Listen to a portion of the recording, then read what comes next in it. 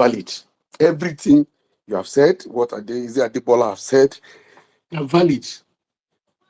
But I haven't stayed here for close to 19 years. I think what the Prime Minister said today is not something new. We've been in a very worst situation than this before, when it was very, very, very, very, very difficult than now. And the prime ministers of those times will be, causing people to have psychological problems by coming on TV like Kestama has done this morning to intimidate the migrants. Like you said, migrants are scapegoats, the easiest to prey on, the easiest to get vote from, the easiest to use as a scapegoat. So it is nothing new. My conversation today is to come to allay the fears of whatever fears anyone has. All migrants, you just don't bother about what the government is saying. I'll tell you why. It is because we have had worse, very difficult and been in worse situation than this, and the heavens did not open, the ground did not fall. Okay, so regardless of what Kestama has said this morning, all the people here that have come legal, that are legal or legal in this country, that have come not by boat, not by ship, not by bus, not by crossing the waters and all of that. If you have come legally from Nigeria to come here and work, my sister inclusive, my younger sister, inclusive of this arrangement, because she rang me this morning to say, oh, look at what the Prime Minister said. I said, don't worry yourself. They will say all of these things because, like you said, reform, conservative, they are putting pressure on Kestama to begin to make all of these things, to begin to say these things. Now, just like, I think the interesting thing about the position of this government this morning is that they do not have a particular figure, unlike before, that they want to work with. So if you ask me, as far as I'm concerned, Nigeria knows that the Prime Minister is just playing to the gallery, just to be able to allay that, because they know the psychic of the average British person. This is what they love to hear, that the government is making efforts, because this is the only country where efforts are being, celebrated. They want to see you making effort, and they will celebrate it. So the Prime Minister is just playing. The election is about 3-4 years away from now. But because Niger Farage, so to say, quote and unquote, won the local government election about 2 weeks or so ago, everybody is trying to show that they are up and doing. So the way it is now, I would say the migrants should not be worried, as long as you have your documentation and there's a pathway already for you to get what you are going to get. Because whatever thing has been announced now, this is a white paper that the parliament will still sit around, talk about it, then becomes law. And by the time it becomes law that they can even wake up and change anyway, that before they begin to implement, it will be April next year. So whosoever, and from what we know, from experience and what we have seen, okay, the implementation of these things will not affect those people who are here legally in this country now. Because most times when they want to implement, it means it is for those that will be coming after this announcement.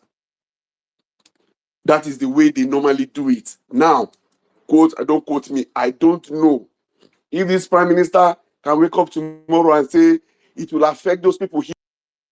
But from what I have known over the years in my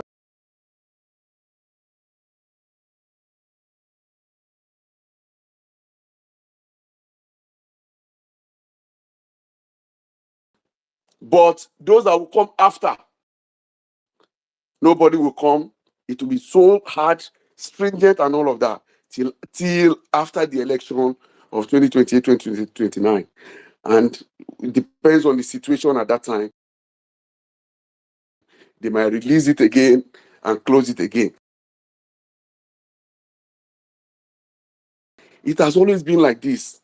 Migration has been around what the Prime Minister said this morning, but things are always like this. But if you feel that, It means, "Ah, I'm scared. I want to go home." Don't. If you have papers to work, continue doing your job. You don't need to look behind you every time. You don't need to look behind you every time. Just put your mind to what you are doing, and always look out for the news. That's what I'll say. All right, thank you very much. Thank you for that. I think from what the fear. Let me see if I can reiterate the fear that I'm sensing from within the people.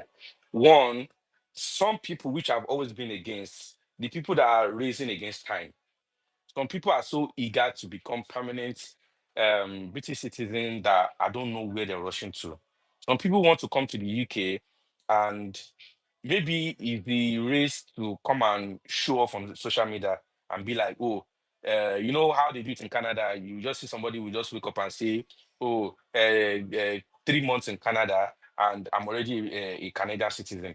I don't know, maybe that's the rush, oh, but a lot of people don't agree with staying that long, 10 years in the UK before they get their British citizenship. So that 5 years was something what a lot of people were looking forward to, that they already count themselves that, okay, by 2030, I'll already be a British citizen. Now, this news is like a blocking storm to that's their promised land. That those set of people that are racing against time, they have that fear of, so my buga that I want to buga in 2030 now has now been increased by another 5 years, 2035. But don't worry, it will be close to another World Cup, so you can travel for the next World Cup. Now, there are the set of people that don't know their faith. They don't know, okay, now as a day like this, so are they on post-study visa? After this, my post-study visa now, what is the way forward? They don't know. There are those set of people like that. And we still also have the set of people that under care work visa, and they are thinking, okay, this care work visa now that the government is saying that they want to scrap care work visa, does that mean that my visa will be curtailed and all of that?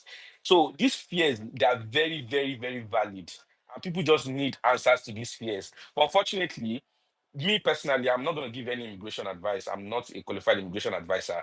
But if you read the documents with a clear mind, or get somebody that can read and interpret for you, then maybe some answers you don't need to pay for consultation to get the answer to your questions.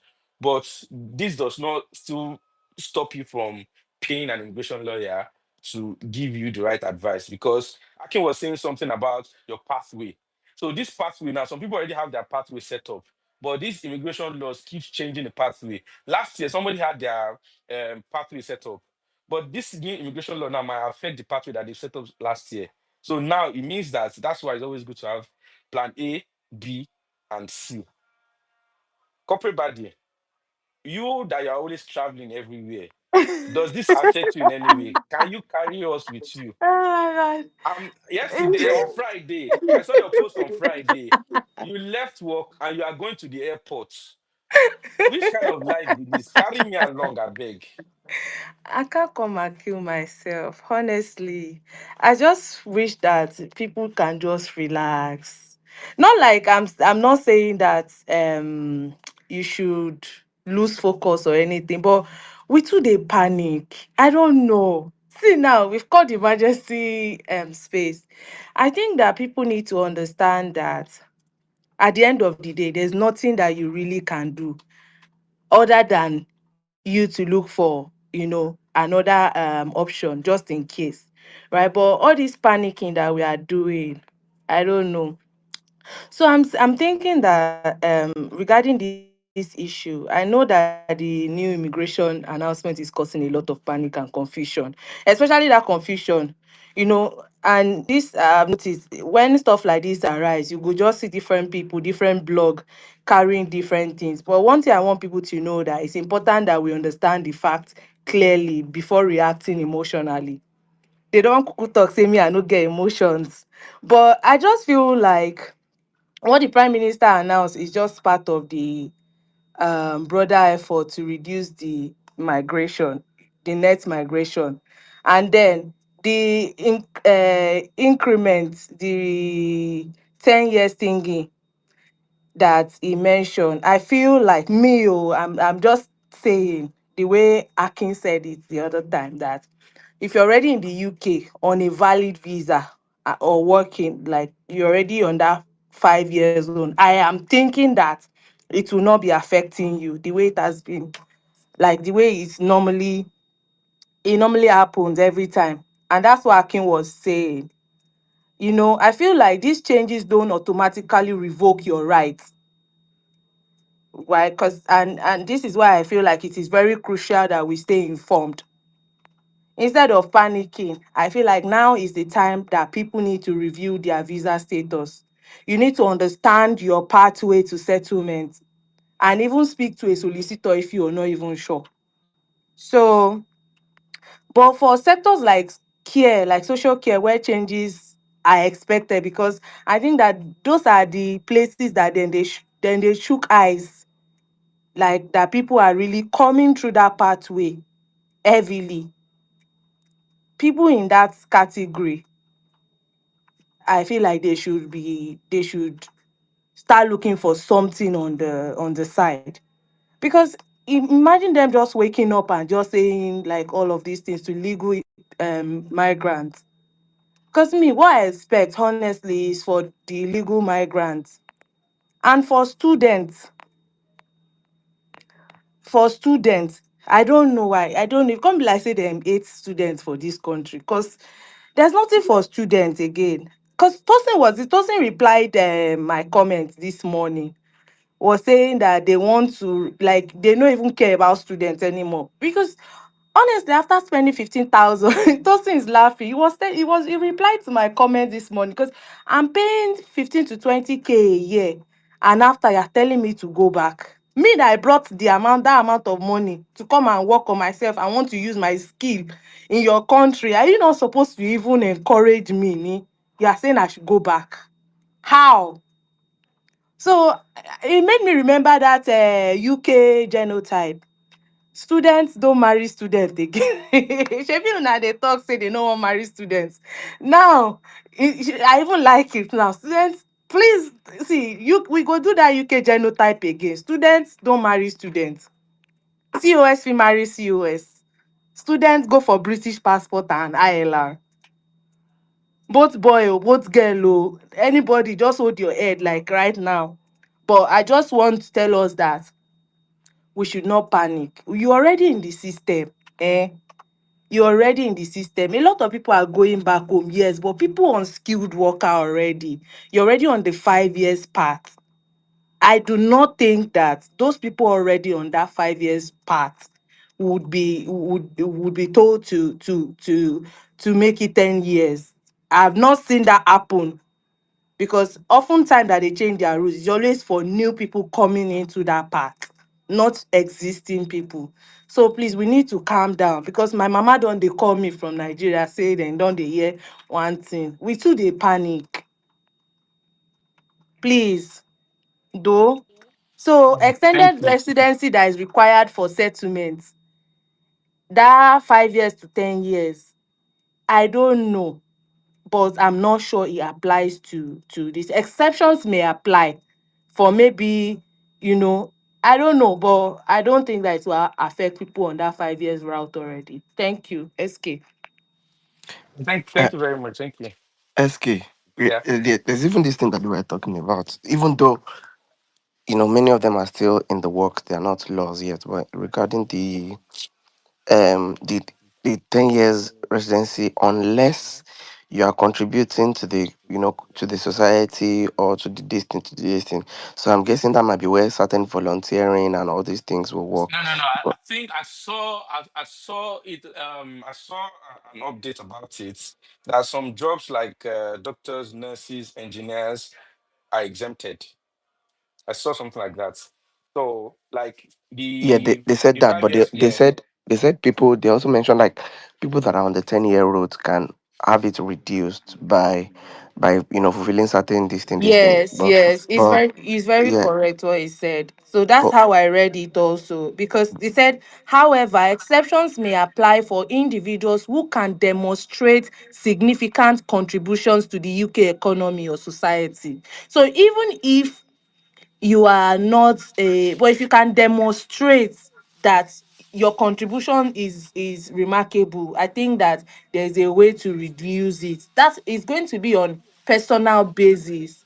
Or If sure I you if I understand? if I meant to if I meant to interpret that statement, I would say one, your talent. So under that global talent Yeah. visa, if you have a good talent that will affect the economy, and if you have a company or a business that is employing people, if they have a business that is employing people within the Just be UK, useful, very yeah, something useful. like that.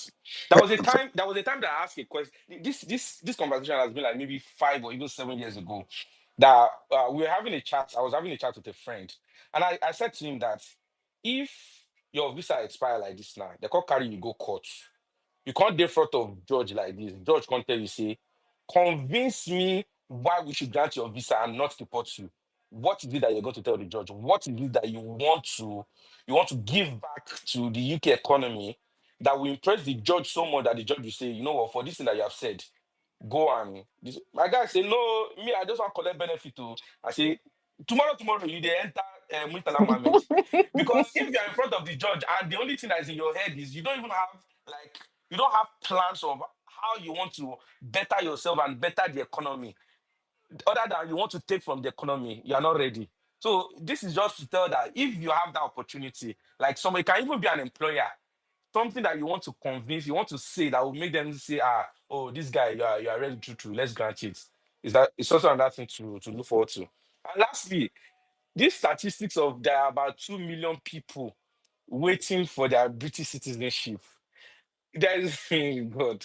That statistics truly, the core Britons when they hear that statistics is a little bit because It's crazy, honestly. sometimes what I do is I used to for a second I used to imagine all of these things that is happening in the UK. I used to imagine it happening in Nigeria.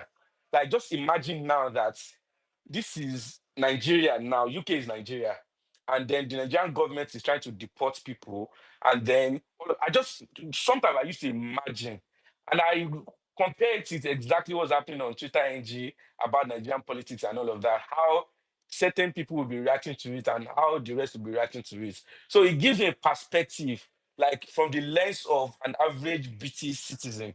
It gives me a perspective of how they too they can be looking at this thing. But let's see. Let's pass the mic around. Mr. Tosin, are you there? Yeah, yeah, Yeah, please take the mic. yeah. So, well, I just want to first of all encourage everyone because it is natural to actually respond to things like this with fear when you are in a country that is not yours and you don't know your visa status. So you know your visa status, but you don't know what the future actually holds. So I would encourage you to go out there, touch the ground, go to a playground, just relax your mind, get fresh air. Did you say touch the ground? I said I was going to say not touch, don't touch Go outside sand. and touch grass. I said, Don't touch grass. touch the grass, green grass. My Yeah, brother, it no matter if they lie me touch sand, make sure they shall touch the touch floor. something. Get out of your shell and be cool, So, because at the end of the day, you cannot change, anything. You just have to play by the rules and keep going. And another thing I want to say is, especially for our people, is that I know it is hard. When informations like this come out, there's going to be a lot of additions, subtractions, and a lot of people want to complicate things more. Content creators want to amplify on it and make it even look a bit more scary. Like I saw someone who said, oh, they are taking A1 for English language. That is going to be tough, and that person does not actually understand how the English rating is. AI is actually A1 is actually the basic, the minimum. A1, A2, I think B1, then B2, then C1 and C2. C2 is the highest. C2 is like you are proficient, all right?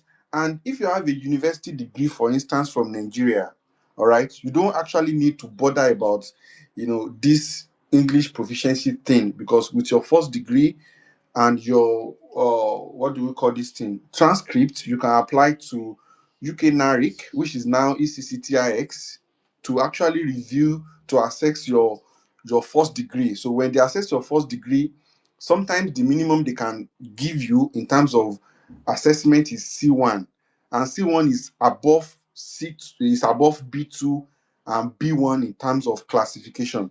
So as much as you have a university degree and you are here in the UK, for instance, you don't necessarily need to be bothering yourself about English proficiency, because you would most likely be qualified for that. That should not bother you. Then if you have a degree also in the UK, you don't actually need to prove any English proficiency again, because a UK university certificate qualifies you to, I mean, that's a point already that you can speak English. All right. So for me, I just consider most of those conversations around one people who can speak our language, all of that.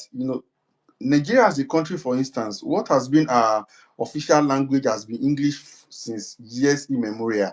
All right. And everything about this country, asylum seeker, the first thing they mention is Nigeria, Pakistan, English language, blah, blah, blah. It is Nigeria. It is always on us. So we should just make sure we always keep, to the laws of the land, to make sure that we don't, if you don't have driver's license, don't jump in a car and be driving.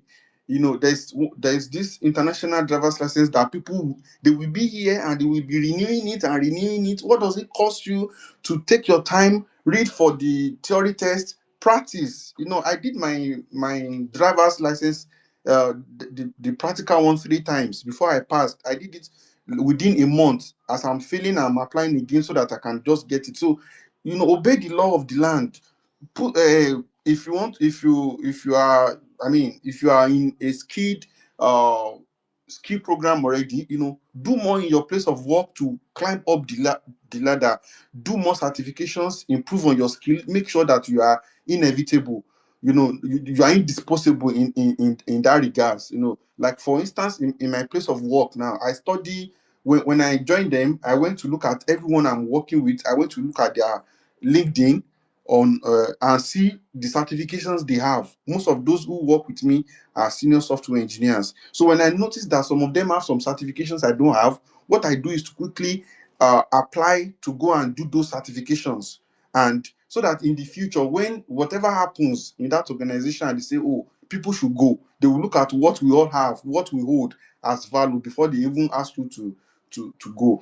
So that's two. Then the last thing I want to talk about is about a friend, and probably some people on this space might know that friend. Both wife and husband presently, they are not, they are no longer working, because their visa has been, they've overstayed their visa. They got information from their school sometimes in November 2023 that you know that the home office will send an email to them that they should leave in 60 days. What they did was to keep quiet and did not talk about it. Please, if you are in serious dear problems, don't keep quiet about your problem, especially ones that has to do with your stay in the country. They kept quiet. This is November 2023. That law that happened last year in April 2024 has not come to effect. They could have gotten a COS then, switched to a different visa and continued their life. Even whatever is happening now wouldn't have affected them.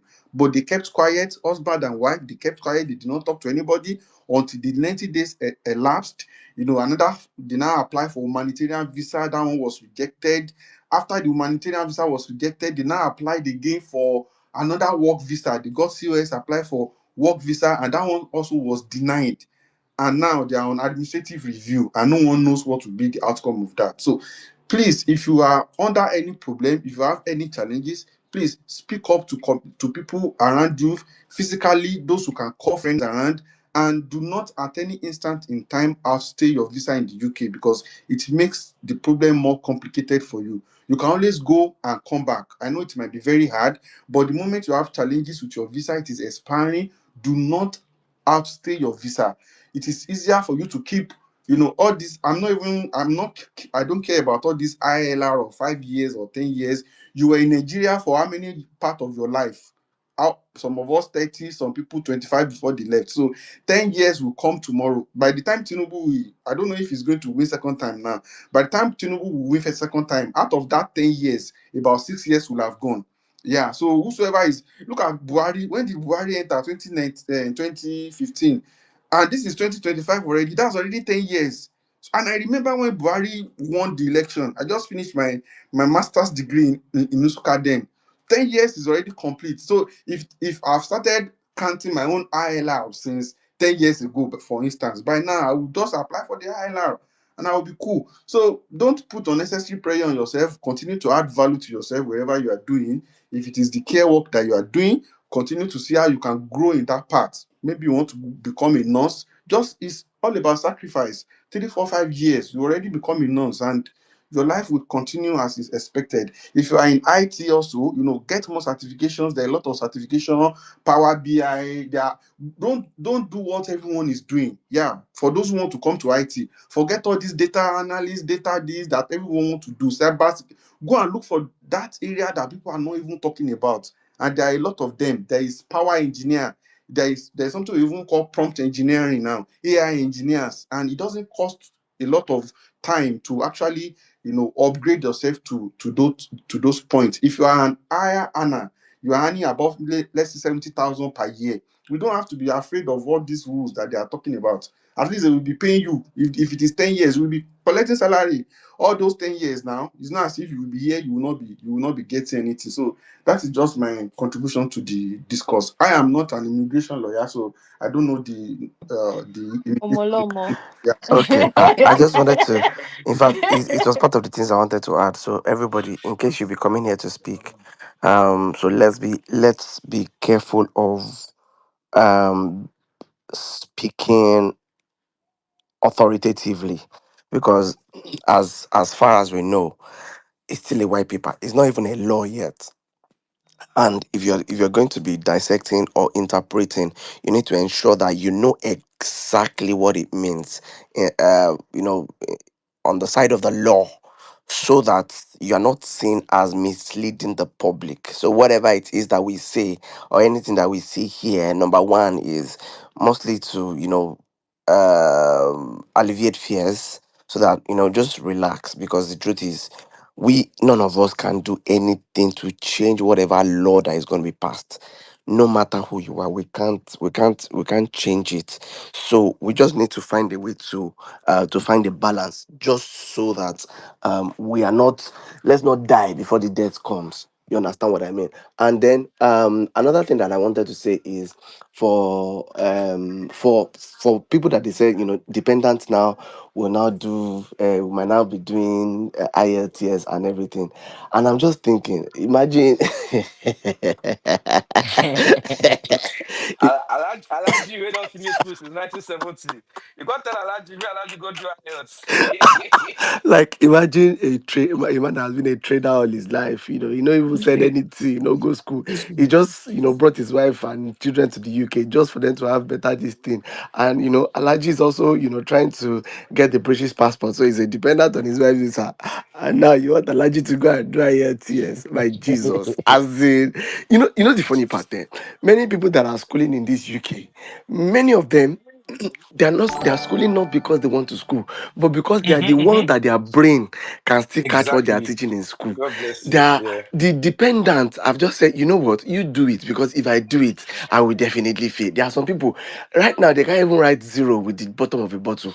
So now imagine you wanted to do this. Is, you see, Wait, this is wait, the real neighbor, neighbor, problem. neighbor. That thing that you said in English is not sweet. They say it in Yoruba. One, if you dig a call. As this one is the real problem, because that imagine people, because see, some people don't even, they thought they've escaped anything learning for life. Like, they can't even see themselves studying. The funny part is as bad as studying for the life in the UK exam. See, God, I beg you, I never reached that level. But one woman was still giving testimony in church, recently, about life in the UK exam. That she has done the exam, she failed, she and everything. I cannot imagine how the pressure is. Now imagine people studying for this thing. And then, talking about IELTS and everything, even though English is our first language, there's some people till tomorrow are still struggling to hear British English till tomorrow. Some of them have been here for 4 years. I have a Scottish colleague. I prayed that the guy should leave the company, and he left last week because I don't hear what he's saying. I was Ah, saying, pardon, hello, sir. ah. So Again, come back. see, there's a lot that this English this thing for dependents, because definitely for main applicants, they would have known that, yeah. So main applicants would have done English, whatever, whatever, or do their school result and everything. But you see, these main applicants doing the English exam, that one, yeah, they look. See, and I trust our people. People go so open shop now. IELTS training, IELTS training will start.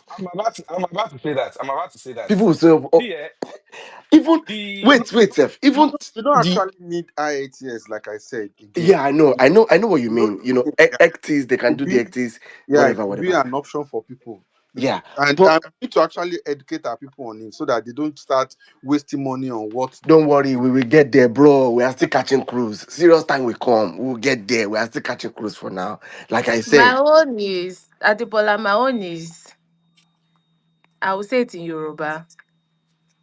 Ẹ máa fẹ́ra yín.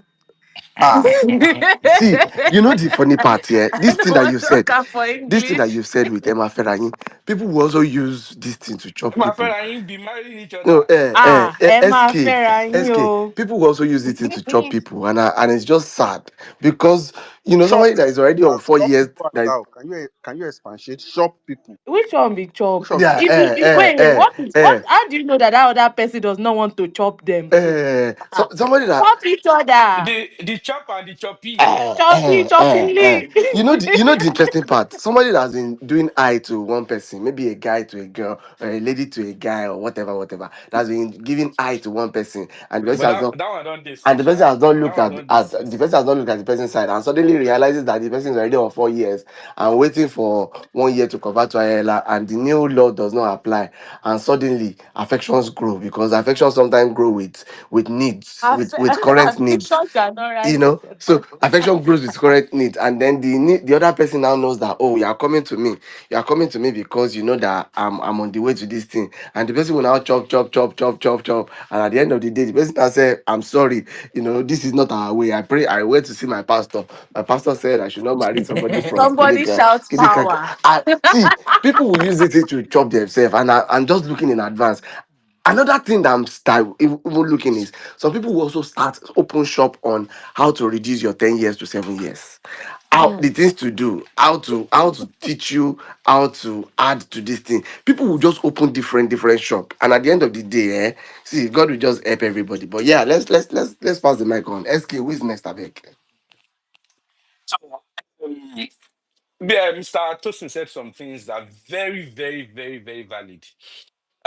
Before now, even before this white paper thing became very popular, we were having discussions about um, there's a possibility that a lot of people will be denied their ILR when it's time. And some people were saying it's rumor, blah, blah, blah, they cannot deny it. And the reason being that they'll be looking for any slight mistake just to say no to you. So you see issues with any criminal activity, say you drive with any criminal conviction, basically, right? So we need to start looking to the point where we want to stay clean to the time that we want to apply. I know somebody right now that has not been granted their British citizenship because they went to a nightclub, they had a fight, and they broke bottles on somebody's head. That is the reason they have not got their British citizen up till now. And you Was know it the one when you that are brought under, some bottle on somebody's head? yes, he was the one that broke Ah, some okay, no, bottle on right. somebody's head. It shouldn't have it for now. You know when you are under the influence, some people cannot control what they do when they're under the influence. The alcohol is the blame. He's putting the blame on alcohol. But unfortunately, this is where alcohol has landed him now. So that's number one. Number two, driving with that plastic. Me, I've always said, in fact, I'm looking for somebody from road safety in Nigeria that will come on Twitter space to come and tell people categorically that that license is not valid. People know they hear. The, Now, most of the license, I've been most very of the licenses are even scam because yes, it's not no, it's not most. How many people can beat their chest like this that the license they brought from Nigeria is valid? that Even if you tell me that you got it from HI officer, if we put that license on the database, is it recognizable? So here's the thing: what the deed has been done. We're not victim blaming, but lately I've been very active on TikTok, and there are some things I've seen on TikTok that I'm very very impressed about. The Asian community, they are teaching people how to pass the theory test within 4 weeks, and they are using their local language. They're not speaking English. They will teach Wow. you how to Wow. That's interesting, man. theory test. So and now I was not like, wait, oh, why can we not do Yes, in this in Yoruba. Yoruba? And now Wow. I stumbled on somebody. I stumbled on somebody that did it in Yoruba, and that guy now I've not seen him for like 3 weeks now. He has Wow. disappeared. But these Asian guys, they do it every single Wow. day. Some of them speak English. So the ones that speak English, I'm a regular listener. I'll just go on there on the FYP. I'm there listening because I want to some things when I did my theory test. I did my theory test about 10 years ago. When I did it, a lot of things that I did that time, I crammed them. But these guys, the way they are teaching, I'm using it as a way of improving myself because I now have the idea to do the same thing and do it in Yoruba. So the idea now is not to cram. The idea is for you to understand. So when you understand it, if you see the question, you can interpret the question, and from the answers, you don't need to cram it. You already know it. So we can get to the point where we are now preparing ourselves like that. Wow. In 4 weeks, every day, Monday to Friday, in 4 weeks, you'll be ready for your theory Wow. test. Money guarantee that even if you fail, they will give you back your money, provided that you are attending every day 1 hour. I think it's 1 hour 30 minutes thereabouts. Hmm. That's number one. Number two is the same thing about this life in the UK test and English preparation. I see a possibility of somebody teaching people English in their local dialects. When I mean teaching English, it does not make sense the way I'm saying it, right? But when you're explaining to people in a language that they understand, it will make them comprehend and understand that thing better. Because this idea of la cram la pour, it's done a lot of damage. Because you're cramming it, yes, but when you get to the exam, during the exam, then they're now changing the questions. You will not know because what you cram is not what you are saying. It's the same thing they're asking you, just that they've rephrased the question. So yeah, people can actually pick this up. You can create what's it called? Yeah, TikTok live or whatever live to show people how to pass this theory test. Because that having a driver's license, UK full driver's license, can actually be the reason why you will not get certain jobs. Yes, I know, especially manual, that automatic, not just. But anyways, you have to you have to just do everything. If you're serious with it, everything. I'm not talking. Let's even start with theory. Theory tests at the moment now. Theory test is about, is it £29? Abi, how much is it? It's not costly. Just do that one first. At least if you do that one first, even if you fail, do it again. They know they catch how many times you do them. Some people are fond of, oh, theory test pass first time. This thing pass first time. We don't want to know. Shebi you shall pass. That's it. I did my So practical 3 times now, and I'm not. yeah, but nobody, police not go stop you for it now. Say how many times did you do it? The fact, what they want to know is you shall have it. So I encourage people, if you know you are using your international license now, please start today. Start today to get the UK one. And what you're getting is ensure that you have your insurance, everything is up to date because you don't want to have issues. Maybe you jam the person for road now, then you are going to court and all of that, then that one is entering your whatever. So please, let's find something to do about that. Olomo, your people, SK. Labour Sorry, Party. Why are they Sorry, doing SK. I us want like to this? ask. Do you Yeah. want to start the Yoruba stuff, and probably we'll get Yes, I actually people want to start it. to start people ones I too? Then we can always share and support them and join them anytime they want to do it. I have a lot of people I that can tweeted actually about it. recommend So for all of those classes. yeah, I tweeted about it some 3 weeks ago. I definitely I'm going to start it on my TikTok. But the only issue I'm having now is I'm looking for a good time that will be suitable for people. At the moment now, the time that I think would be good for people will be evening time. But unfortunately, I might be busy in the evening time. So maybe around time like this, between between 10 and 2 in the afternoon might be a good time for me personally. But definitely it's something I'm looking forward to do. And yeah, we'll do it. We'll do it. It's on my I'll be doing it on my TikTok anyway. Olomo, vote Labour, vote Labour. We don't vote Labour. See where Labour don't carry us show. Oh my gosh, What's oh my happening? gosh. What's happening with UK So politics? good afternoon, everybody. Good afternoon. In fact, I've had over 100 people tag me today accusing me of Lomo, you're one of the Nigerian influencers in the UK who told us to vote Labour Party. So first and foremost, what I'll say is I apologize. If anybody, obviously a lot of people believe in me. I mean, I apologize about the whole, vote UK party and stuff. I'm still a member of Labour Party, 100% member of Labour Party. I still believe in Labour Party, but unfortunately, Wait, Olomo, are you talking about Labour Party UK or Labour Of course, I'm Party a member of Labour Party Nigeria? Nigeria and UK. I'm talking about UK. This is UK politics. It has nothing Oh, to do with Nigeria, oh, understanding. okay, So I'm okay, not. I'm a okay. registered member of Labour Party in the UK. I've always voted for Labour Party. But unfortunately, for the first time in my life, I'm actually thinking of cancelling my membership as a Labour Party member in the UK. I'm so disappointed in the Prime Minister Kester And so, myself. which party do you not want to go? All of them are the same now. My brother, we get there. We get there. Okay, okay. We get there. Reform. You want join So, reform. You I go mean, join reform. the bottom line is when you look at the history of this country, the UK policies for many many years, I still believe Tony Blair is the best UK Prime Minister. Look at likes of Gordon Brown. You can't compare them to maybe David Cameron, Theresa May, Boris Johnson, even Rishi Sunak, or even is it the 42 days Liz Trust. But unfortunately, a lot of things have changed. SK, I have to disagree on the point you made. Talk about you don't like getting involved in Nigerian politics. Maybe we like it or not. Nigeria has to work. And at this stage, I'm afraid to say it, a lot of us have to start having a plan B. I mean, some of us are even, I don't see myself in the UK in the next 15 years. Definitely I'll be back home having an impact in our society myself. Because now, not just in the UK itself, when you look at the Reform Party, what happened on the, what's it called, 1st of May this year and for the local elections never happened before in British politics. Never happened before. Like the Reform Party is actually now on the forefront of UK politics. Before it's always been, Conservative Party, Labour Party, the Liberal Democrats, but it's never been the same. Now we're now having the Reform Party now taking the lead into British politics. So that what that tells us is majority of British citizens in this country are now moving towards anti-migrant policies.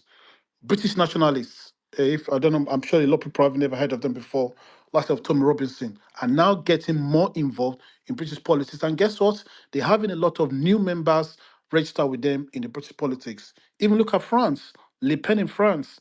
Le Pen in France is also anti-migrant party. Le Pen in France is having now a lot of members coming on board, which tells that not just in the UK, in Europe in general, a lot of countries are now having new parties coming on board. They're having a lot of anti-migrant policies. Reform Party was just formed a couple of years ago.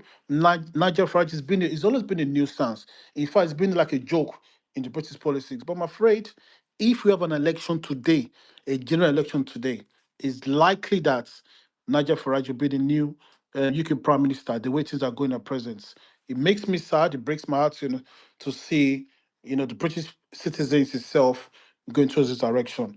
And I believe what happened this month is just a knee-jerk reaction from the Prime Minister. Of course, government policies, deep down, the same KSM that spoke today, Yvette Cooper, our current Home Secretary, they've never been like this before. I remember many years ago, KSM himself was against deportation of foreign criminals. The same KSM today is now saying ABC. This is all because, of course, he wants to jump on board, follow the British public because this is what they want. So the sad news is when you look at the Reform Party, it clearly tells us that the British public are voting towards anti-immigrant policies, which is a nightmare for a lot of us. That's just the truth about it. But I also believe a lot of our people has also let us down too. When you look at the former Home Secretary we've had in the UK for the past couple of years, the likes of James Cleverly that left before, I feel like James Cleverly did very, very badly. A lot of policy they should have put in place to also support, when you look at, the migrant stuff, they, sort of win the British people over to say, okay, we're good enough to come in here. You look at people like James Cleverly, these are son of immigrants, Sule Breverman, Priti Patel, the former Home Secretary. Look at the Priti Patel under Priti Patel, the Rwanda policy was total shambles under Priti Patel. We've had what's her name, Savi Javid. The only person that's probably didn't do well too much is Amber Rood. Amber Rood under the Windrush scandal many years ago. A lot of things has happened that you actually see and understand, okay, even some of these are so-called ethnic minority leaders and stuff haven't done well. I mean, look at our wonderful sister. I'm still a big fan of Kemi Badenoch, but sometimes watching some of our videos, I'm just sad. I'm still a big fan of Kemi Badenoch, but it is what it is. Now let's go to the parliament today. We have a lot of black MPs in the parliament, and suddenly their voices are very quiet. I mean, is it Kato or someone going to talk about Taiwo or Temi, our wonderful Nigerian sister? I mean, they're very, very quiet. I don't understand what's going on. Even Diane Abbott. Diane Abbott has been a very, very Labour Party pro-migrant for many, many years. Now suddenly Labour Party is going to power, all of them have gone quiet. Even David Lammy. And if David Lammy is not careful, David Lammy is the current Minister of Foreign Affairs for the UK, if he's not careful, Tottenham is full of black people, migrants. If they vote him out, that means that he's not going to become the foreign secretary of foreign minister of this country anymore. Because once he voted as an MP, he's going to lose his job. So I don't understand why people like him are not speaking out. I mean, people like David Lammy, 90% of people that voted him as an MP in Tottenham is a black area in the stand. So all this stuff, makes me just understand what exactly is going on. Now Labour Party is going to they're going to power. Suddenly they've all gone quiet. I mean, Taiwo Owotemi, I'm surprised. Likes of Dayo Alaba, the man from Rochford. All these people are very quiet. I mean, it clearly just makes you think, okay, are politicians really, really politician? Because it looks like you say something else, you got in power. I mean, I'm looking at Keir and I'm thinking, Keir, you were fighting against deportation many years ago. So were you just saying all these things because obviously you were not empowered and suddenly you're in power now, you're not saying something else. But the bottom line is we live in a country where the term of immigrants has been often politicized. It's been misunderstood, even weaponized by all politicians, And if we don't strap it back, I'm afraid we're just going to be left behind. Because the truth is, a lot of immigrants who have come to this country are not born into this country. A lot of immigrants come in here, pay their taxes, and the bottom line is the UK economy is sort of the immigrants are backbone of the UK economy. Maybe you like it or not. From the hospitals to farms to restaurants to look at even construction sites, immigrants have continually stepped up into these roles that have to fill. How many British people you see doing and working at farms? You go there, it's like almost like 95, 98% are like Romanians, Polish, all these people are farms. Go there and see for yourself. How many people, rich people, are you going to see doing construction works? All these people come in this country, they work a lot of long hours. In of course very difficult challenge. How many people will work on farms, work on construction sites? If you all remember very well during the COVID-19, back then, I work in the healthcare sector myself. Back then, in 2019-20, ring a British person to come and do a shift. It's almost likely that the answer you get is no. Because if they don't work, they still get paid. They get benefits. They get JCA, job seekers allowance. A lot of British citizens today know that if they quit their job today, they still get their rent paid, their monthly, weekly job seekers allowance paid. A lot of They've not changed. They've not changed. They are still doing Yeah, it. yeah, yeah, that's what I'm saying. Yeah, and a lot of migrants who come in here are not even entitled to public funds, and they're working and paying their taxes.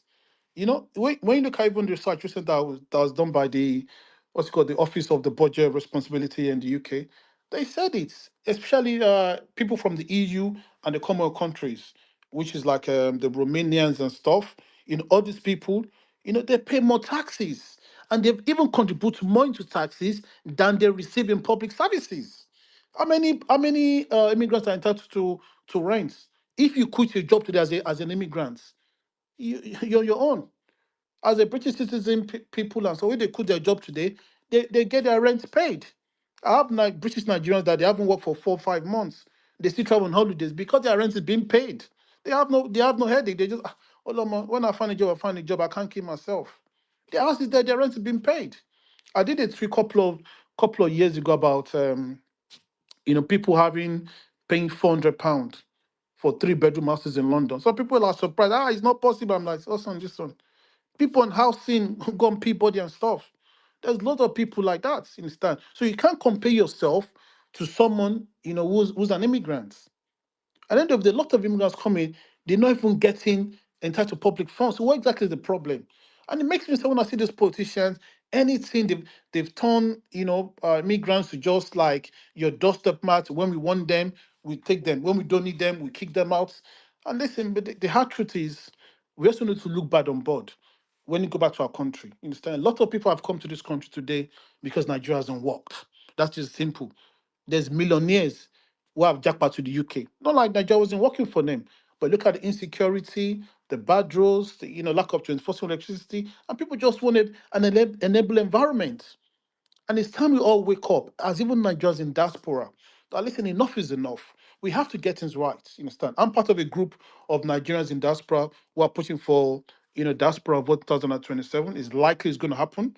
I'm going to be talking more about it in the next few weeks. It's likely it's going to happen that the Senate is going to pass the bill. A lot of things has to happen. We have to get involved. You can't just say, oh, come here, election doesn't count this and that. People will make decisions that will affect your life, maybe you like it or not. Let me bust our bubble. The 1st of May election, that local election I went, how many of us on this space voted in that election? How many of us voted? But guess what? We didn't vote. So that means that we don't have a right to get angry. Because when decisions are made, maybe you like it or not, decision will affect you. Well, typical. A lot of us would rather just go and work. I know if you lose money, oh, I have to go and pick my shifts. Yes, nobody's disputing that.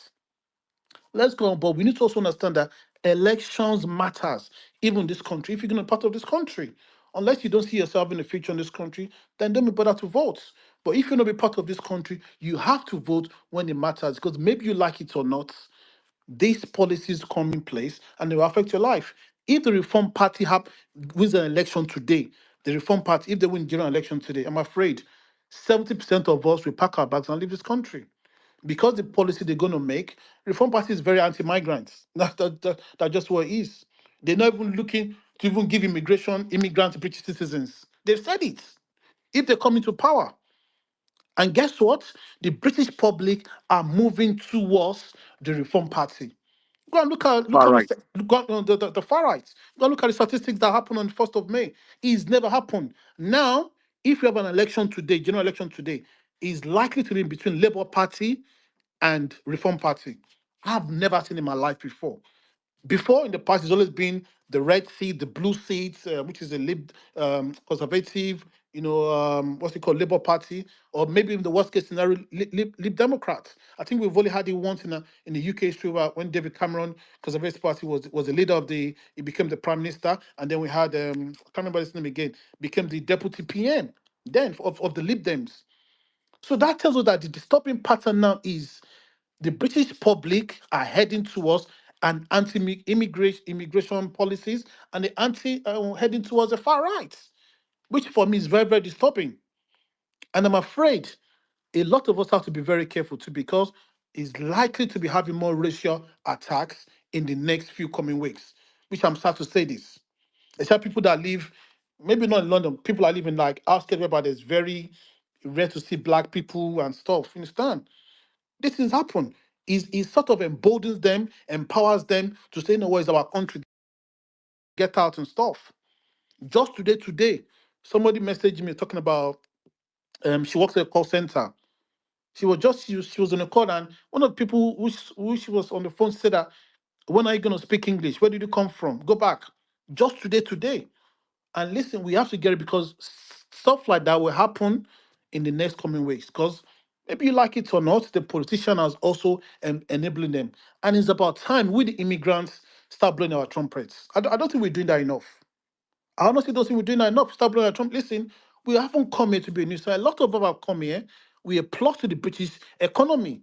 Enough is enough of us, being like the doormats of every political party.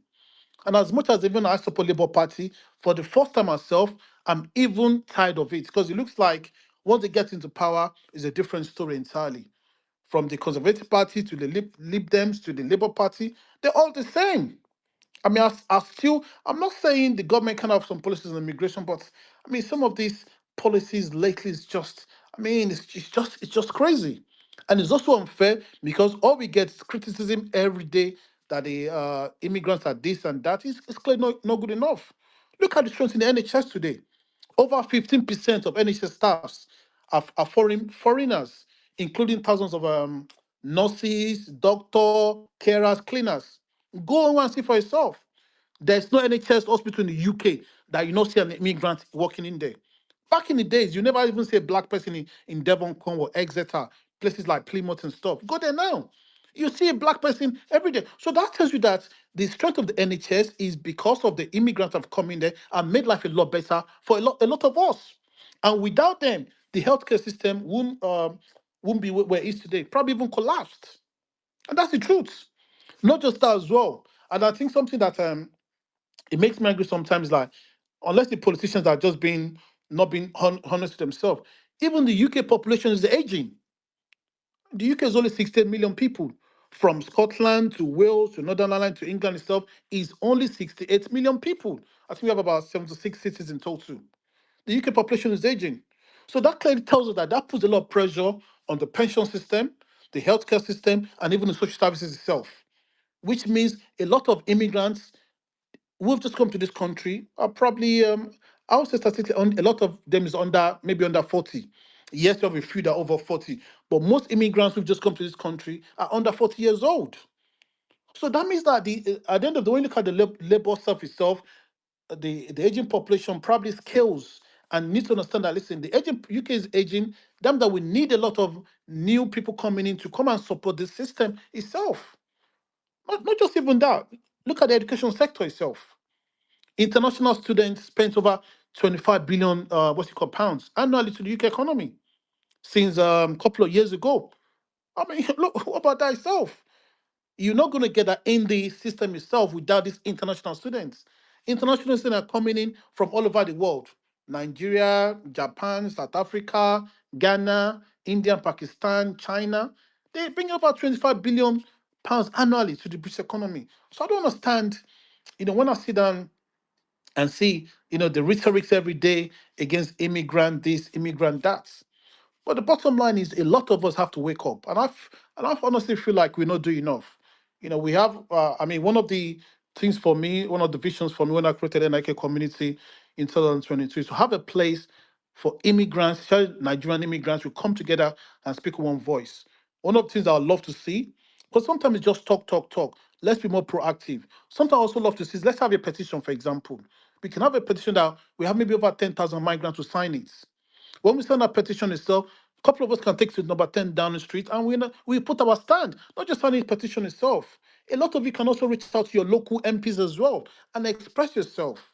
I don't understand what's going on, ABCD. I work in here, I pay my taxes. I also know part of this.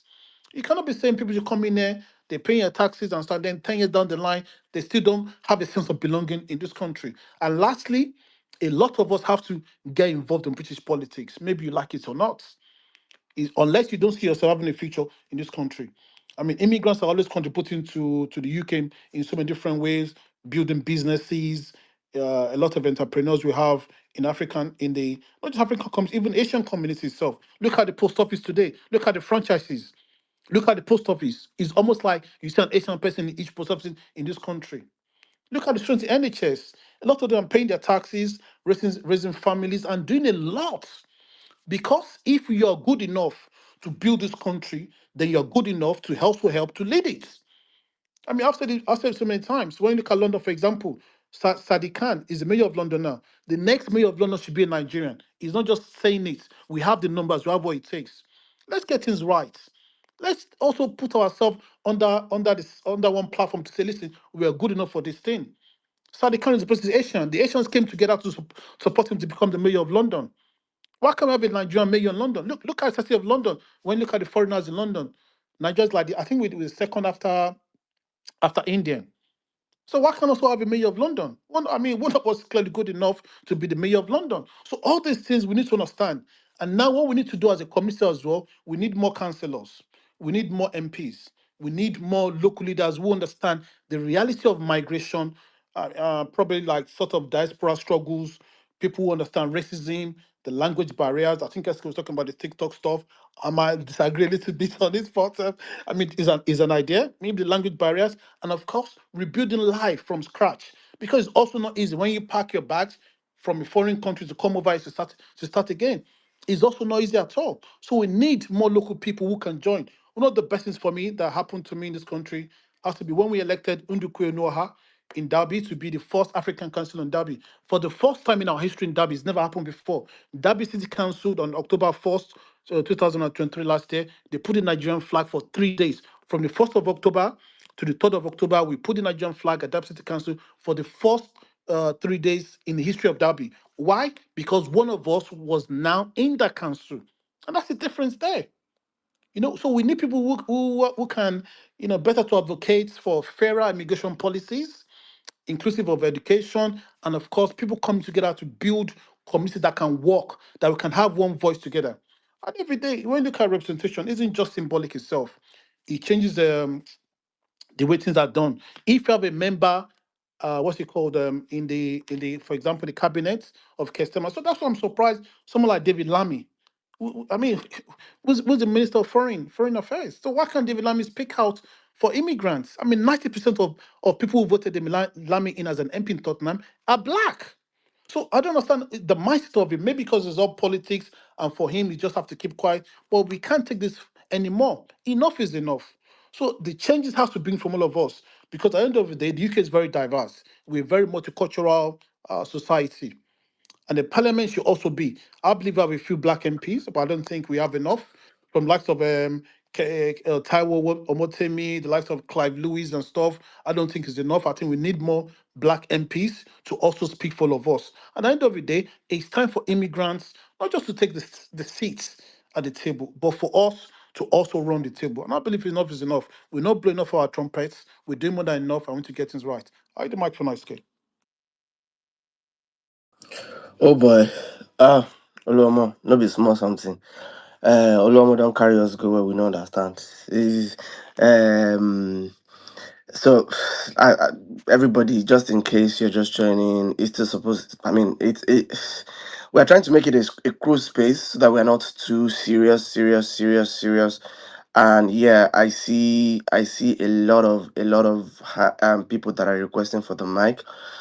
If you've spoken, I might need to drop you, so that I can bring on new people to come and speak. Sorry about that. You can still request for the mic again and come up, just so that you can come and speak. And then, as much as possible, let's keep it. Let's not keep it. Let's not make it too long. Let's keep it as short as possible.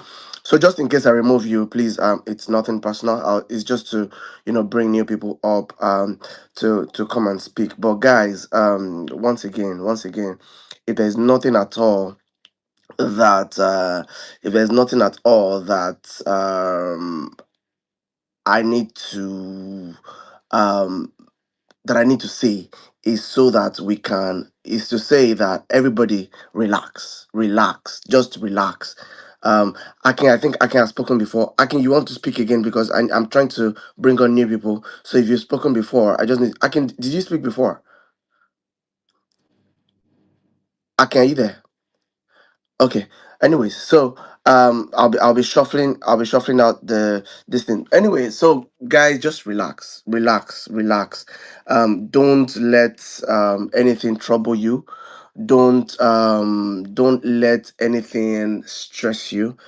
The truth is, your your fear is not going to change anything. Your fear is not going to make things better. It's just for us to be able to strategize. And then let's even wait for the laws to be passed. There's still a chance that they might have to change things, not, you know, completely change, but things might still be adjusted to make it easier. But just don't stress yourself. Don't stress yourself. And then for people that are saying, I saw one of my brothers here, and I started Rogbodino today. He said people should not buy houses until you have your ILR. And I've been asking a question since, that what if you are just starting your journey now? So you wait for 10 years before you buy houses. He's here, he's listening to me. I'm sure he will tackle me on the tail. He said people should not buy houses until you have your ILR and everything. And I'm like, wait, oh.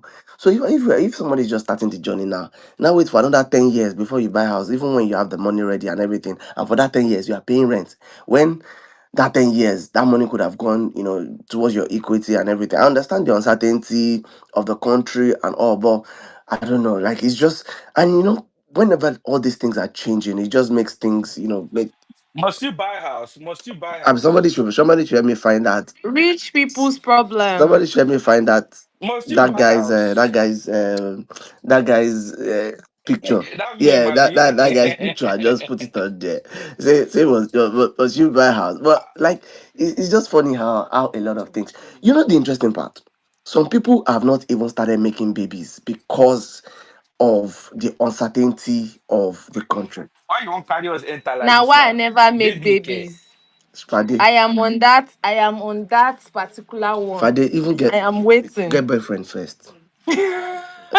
Get boyfriend Hey, first. shots God, fired. die. Shots fired. So Shots fired. Nice Shots one, fired. nice one, when nice you one. get boyfriend, we will talk about babies, but go and get boyfriend first. Wow, wow. Have somebody to call mine.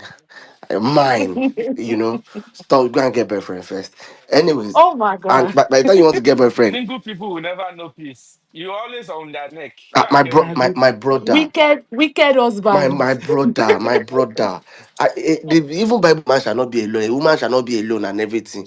But they say na nurses, nurses be the hot cake now. So, No, na doctors, engineer, mm, tech bros, and nurses. mm, Na them they reign like this. omo, and they don't allow for polygamy for UK.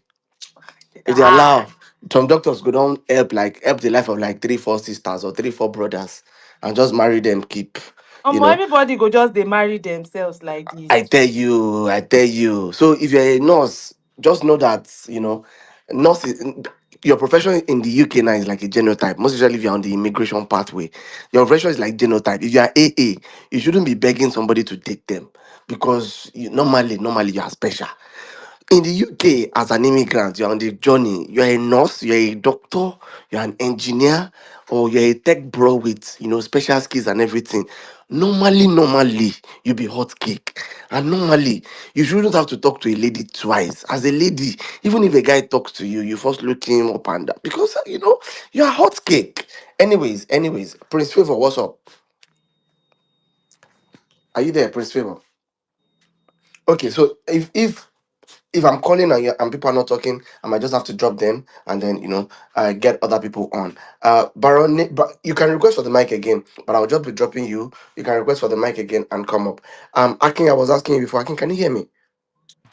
I can't spoken. I can't spoken. Okay, Yeah, Akin. Auntie is one Adiola, of our ancestors here. I was asking, be like say we go later switch job to shoot your shots. Be like say people go come know say they need to marry. Hmm, Now, people know that they need to marry by force. We go merge people together hmm, because hmm. your visa cannot be wasting when somebody can be on top it and on top you.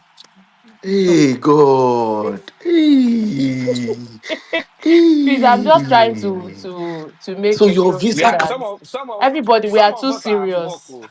Please. Let's HR not come and knock on some of us our office that they are hearing things. So Ah, say some of us no yeah, kuku on day. top. We kuku day jobless. Thank God. Mm. Well, So on this nurse thing, right? So me for a person, I'm always somebody that when I'm doing something, I always look for how I can improve on that thing. I remember when I was working as a support worker, I don't like when I can do something, but they are telling me I'm unable to do it because of my job role. So I will start making inquiries on how to scale that hurdle, how to remove that barrier that does not allow me to give patients medication. So in that time, I was actually looking for going back to uni to study nursing. And then I realized that there are routes that can take you to nursing. So this message is for people that are working as carers or support worker now. And you can start looking at possibility of training to become a nurse so that you can enjoy the benefits that there are.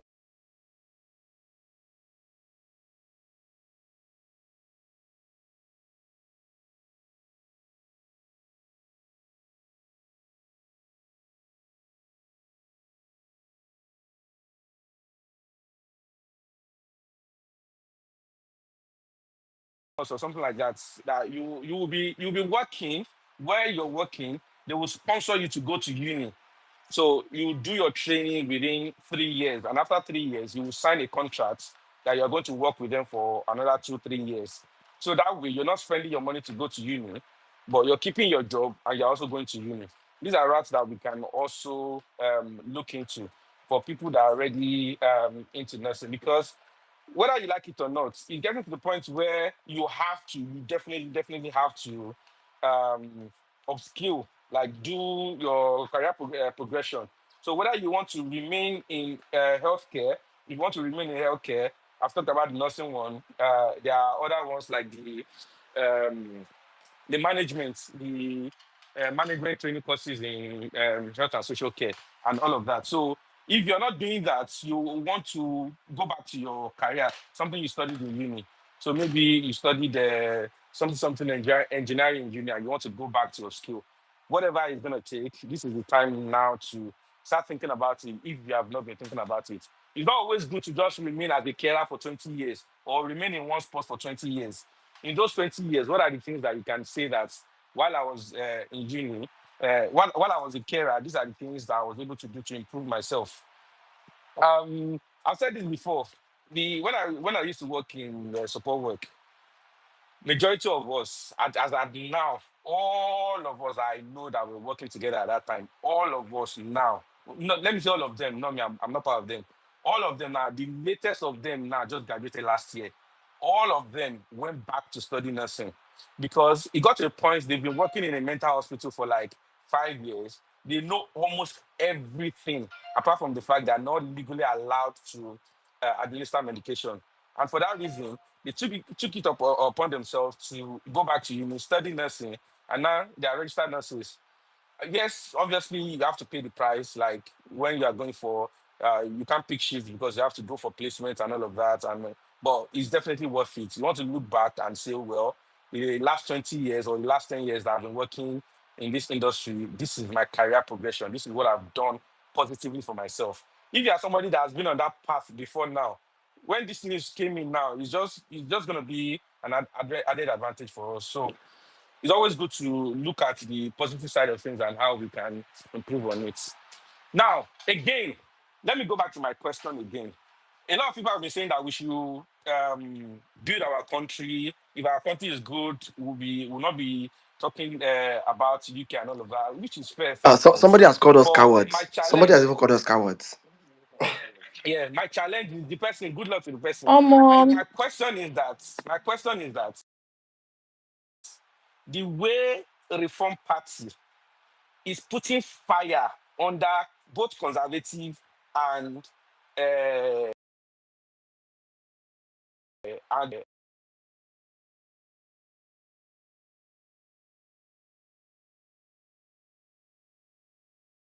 reality, or is it because Nigerians themselves are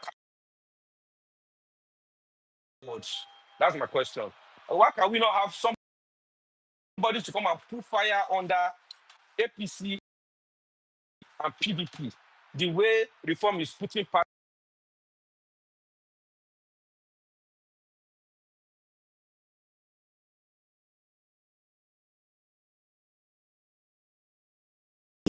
If you look the Nigerian terrain and everything, you go to even wonder say who be opposition because I mean yeah, so it's just funny.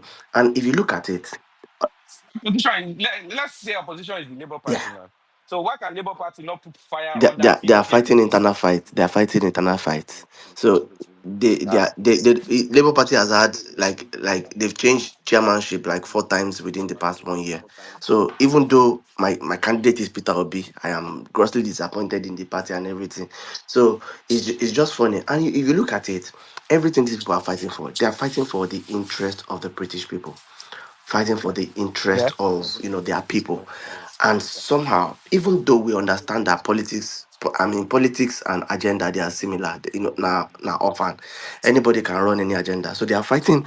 They say they are fighting for the interest of the people, but when you have them, in the positions, for instance, before conservative came on board and they displaced labor, they had all their agenda, all their manifesto, everything that they wanted to fight for. People felt, yeah, these people are fighting for us, and then they put them there. Conservative went, and then things spiraled, and then they saw that, yeah, conservative are not taking us anywhere. Labor came, Labor made promises, even though Labor have been there for less than a year, but because of the kind of the situation of the country, Labour needed to, do a lot of things, and Labour to have been trying their best. But now, why everybody is suddenly, being proactive and everything is because reform is gaining popularity. And I believe if elections were to be held today, based on popularity vote, I believe, I mean, reform will be making a huge claim to the this thing. So all these things are happening. But you mentioned that why can't we have politicians in Nigeria also putting fire under the government and saying you need to do this for the this thing, for the this thing, for this thing. But instead of that, what are we seeing? All the politicians were supposed to put fire under them, they are putting over to the ruling party. So who are the people that will put fire? I mean, almost everybody that has mouth in all those other parties, name it, SDP, ANPP, whatever, PDP, all of them are just putting over. It feels like transfer window. I believe in the next few months another transfer window will happen. You just see another mass exodus, and the way they are putting, they can that are not cowards. I hope you make the country Wait, I don't understand the coward thing. Coward that that what? we don't want to come back. That We don't want to come back home, and They say you oh people are scared. That's what they oh said. He oh says sack. breaking news. Breaking news. This is my home. Oh. UK is my home. So I don't know what you're talking about. As, Wait, what? SK is not one of us. This So one touch me, sha. Jesus. SK is not one of This us. one If you touch me, think that sha. SK is one of us, Ah, you are this joking. one touch me. See, with this statement where SK just make, now just it Oh touch me. You no, said wait, no. try get British passport. Now, no No, be the no, Try but you get can actually say the same thing. Home is where you call home. So see, when somebody the other day when people are saying, "Oh, where do you want to buy house first? Do you want to buy house in Nigeria first, or buy house in the UK?" And people are saying it is where you call home that you build your house. If you think UK is your home, so that person that is calling you coward, it will not affect you because you have chosen UK to be your home. okay. So If you think Nigeria is your home too, they should even come and beat me. I'm a SK I said is coward. my omo. Make so we did here. akpe mọ́ra ni tèmi dire. Ah, if na Komora like we need to meet you, I don't talk say I reach pass Dangote since. Now don't they talk and since. Oh, He never be moral. He never put the midire. Even though I don't say talk say I reach past Dangote. Oh, me and Dangote be friends. Oh, I get money. Oh, SK I put more any like with the midire. That one no work. Oh, Sheye, good evening, bro. What's up? Good evening. Good evening, SK. Good evening, everyone. Good evening, sir. Yeah. So Wait, is basic. it evening yet? Sorry, Okay. sorry. I've been Now when coding. person wake up, now it be your money. I I'm understand. No sorry. worry. I'm so sorry. I've been coding since morning, so my head is. I want to just release some stress off me right now. So basically, Yeah. yeah. So SK, you were saying something that why can't we have opposition? But once you don't you think you are wrong in your question or your remark? We've had opposition in Nigeria that voiced out and it successfully pushed out the government, and that has happened already in Nigeria. It's not new. Okay.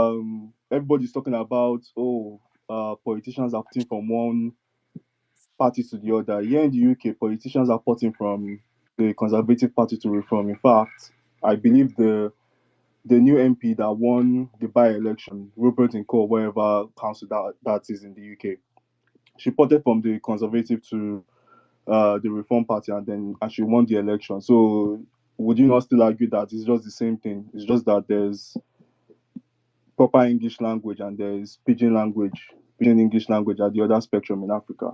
It's basically the same thing. So why are we comparing and saying everyone is different or whatever? They are not doing the same thing when, in fact, we are copying each other and we are copying each other excellently well. So don't you think that's the case?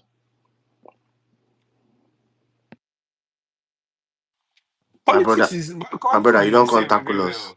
Politics is even the same everywhere. Me, politics. That's why I'm saying that when you if you the jumbotron as a video of the prime minister when he had the conference this morning, and the first few seconds of that video is actually indirectly responding to the opposition, and he's saying that he's not doing this because of the opposition, right? So if you can read between the lines, you will know that this is politics that is being played, right? Because you had your own, if you had your own manifesto, you had your own path that you were going. Why does it take another party to come and influence you wanting to make this decision now? So politics, yes, when it comes to politics, it is there. But he said that the experiment is over. They want to shut down the lab. So the implication of the experiment is that we, the immigrants, we are the this thing, the laboratory rats that they are using for the experiments. This experiment that they are not doing now, how it is affecting us is what me I'm concerned about. I'm not concerned about the politics that they are playing. Fair enough. Fair enough. No problem at all. But with the paper released today, I believe the positive thing is it doesn't count for everyone that's already on a track. Whatever track you're on, like you're still going to be fine to a large extent. Is I think it's for like people that got the COS or whatever from probably sometime last year, probably middle of last year, or from the beginning of the financial year, if I'm correct. Last year, I think that's where the problem might be because, for example, I know someone that finished their nursing degree. A guy actually finished his nursing degree, and obviously straight he got the COS. Now he's actually thinking of, oh, is he going to spend 10 years in the UK because he got his COS well after April of last year. And for someone like that, man, I told you that, bro, your wife is even a doctor. So if you just carry yourself to the US, find your path to the US and go and make money. That's like the easiest But pathway for you. what's the if you spend 10 years in the UK, why are you rushing to? What's wrong with spending 10 years legally and you're getting the benefit? Why the rush? Uh What's chasing people? to be fair, I can speak for myself. So me personally, obviously I'm on the 5 year track, so I'm not on the personal level, I'm not really bothered. I can only empathize with those that bothers them. But me personally, like after I get like for me, once I get my passport, basically I can do You're jackpotting back to Nigeria. no. I have bigger plans than that. I can do whatever I wish to do. The world is big enough to do many things. So like there is no limit to what I can achieve, and I'll still be pretty much young. I'll still have my youth even when I get my passport. So I'm not going to have any issues with that. It's just that for the couple I talked about, the guy that is a nurse that has a wife that is a doctor, financially they could be well off far better in the US with their medical degrees and experience. They just need to do 1 to 3 years, whatever, in the UK. And then once they have that, once they get all the approvals or I don't know, the body certifications, all of those things, whatever it is, then they can easily just move like that. Even me as I am like this now, my profile is good enough for me to port to the US. The only reason why I'm not going to the US is because I'm not interested in the US passport. I don't like the US passport. That's my own personal reason, or my own personal affection. So like, Is it because of the color? no, not at all, because of a factor. So they have a it is written in their laws that wherever you are as a US resident in the world, you're going to pay tax. So I'm not a fan of that. I have plans, and those plans can't require me to be going from any country to do whatever I want to do, and then the bank is But isn't that the same in the UK? no, it's not in the UK. The US is probably the only country that can enforce that because they own the financial systems like Swift, blah blah blah blah blah. So they can enforce that everywhere you go to around the world as a US citizen. You have to pay taxes back to you, Uncle Sam. So that's like my own personal thing why I don't like the US passport. It's nothing more than that. But the British passport or other passports, the British passport is fairly strong. It's well respected. So that gives me enough freedom. And there's still the pathway for anyone to still go and buy passports. Although the passport routes are closing down. Some countries like Malta just closed their own because of EU law. But regardless, you can just get a good passport for like circa 100 to 200,000 pounds, depending on your context. So everything is still well and good if you know what you're doing. So that's just my own opinion. Hmm. SK. Bro. So me, my own problem is, you see, I feel like these people, they know what they are doing. After all of these things, they know say everybody go dey run helter skelter looking for where to jackpada, right? And then at the end of the day, they will still go back to this to the beginning. Shebi that's how they did for Brexit to that time. And then they still reset. So me, I will just tell people to calm down, relax. You're already in the system, especially if you're in the UK.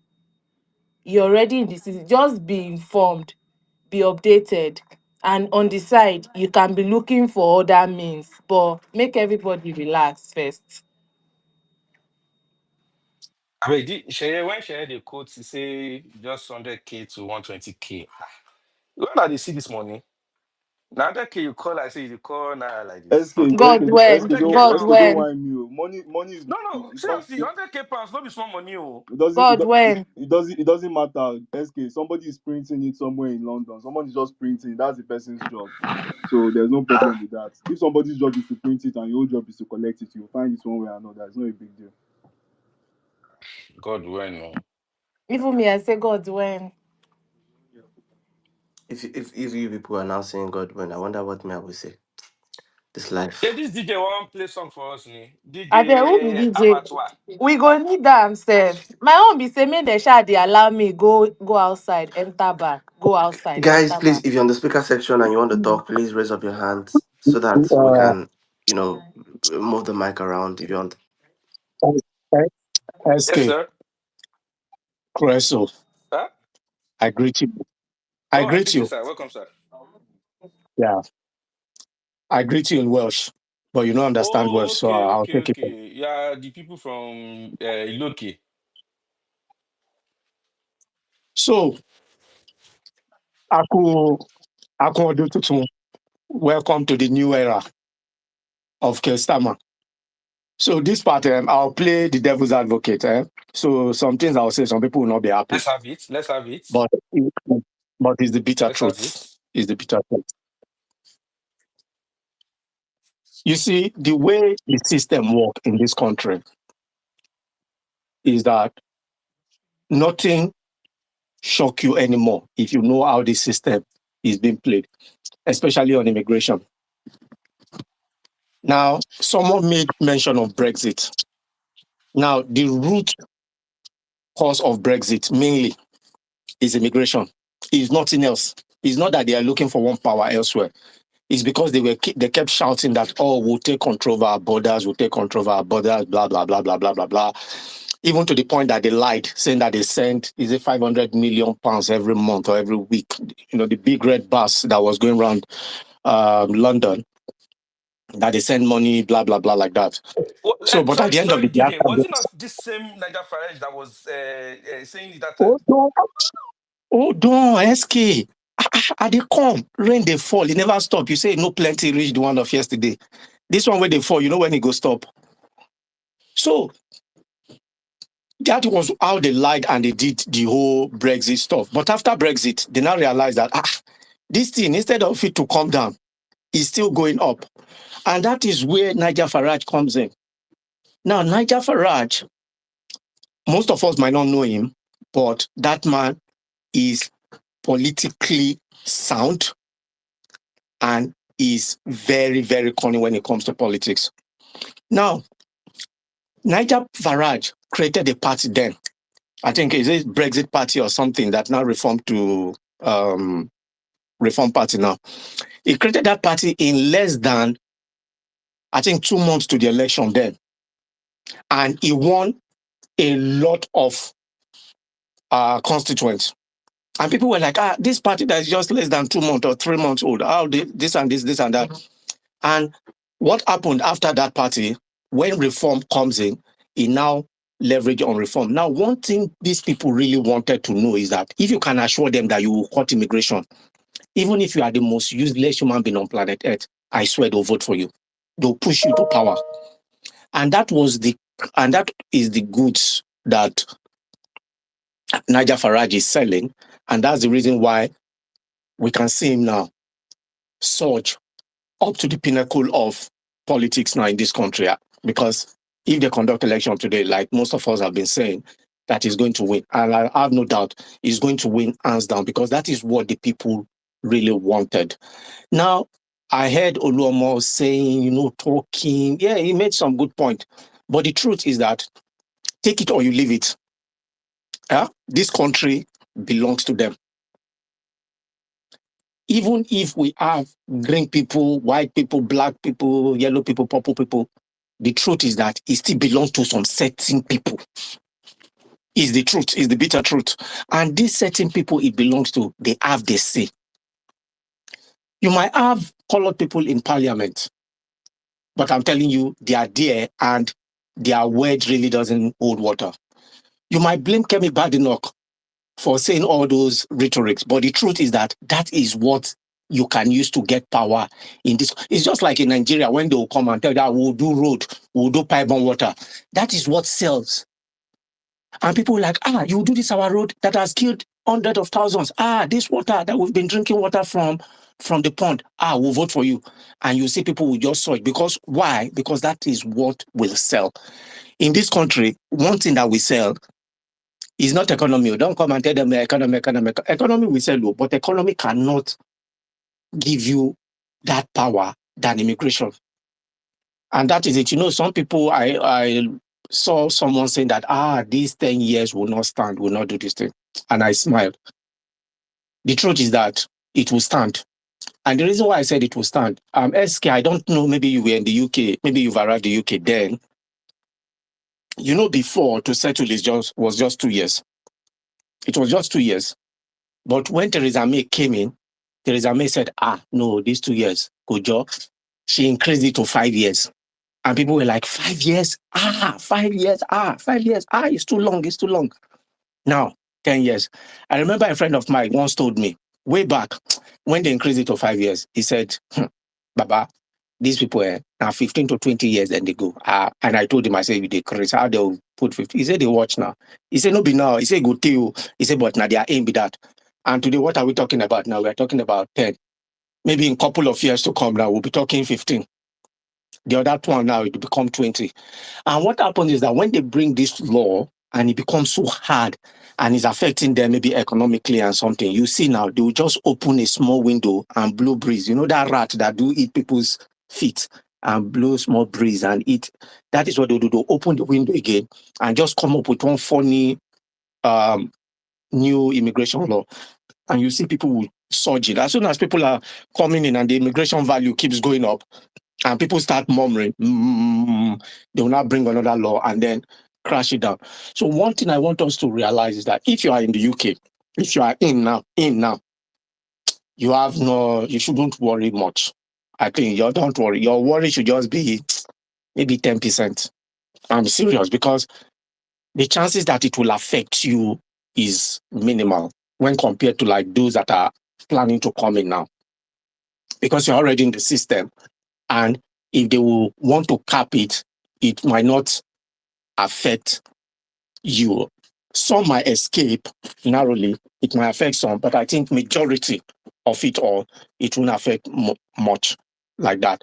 But the truth is that whatever we're doing, we should be very careful now.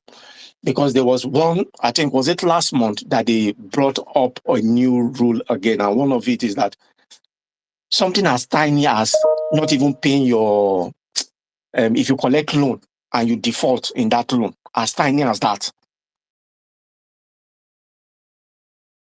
can cost you. Driving, beating traffic light.uk website, make it as your second Bible or your second Al-Quran. You see, when you finish reading your Bible, you finish reading your Al-Quran, the next thing for you to read, the other book that you need to take very, very seriously is that website. Always try to update yourself. Always try to get the information that is needed. If some people are talking something you don't understand, don't rush. Just go to that website and take your time to read it. It's self-explanatory. And some that need maybe like legal stuff. Some of us, we have friends that are lawyers. You can just call, sister, come, I beg, explain this, what they mean here. So that it will put you in a safe corner, not like at the end of the day, you say, I don't know. The way they do, lawyer do say, they'll say ignorance is not an excuse in the law. How do they say that thing? So for me, I will advise a lot of us to just put our mind at rest. I know that people are really worried. Some people are now. Like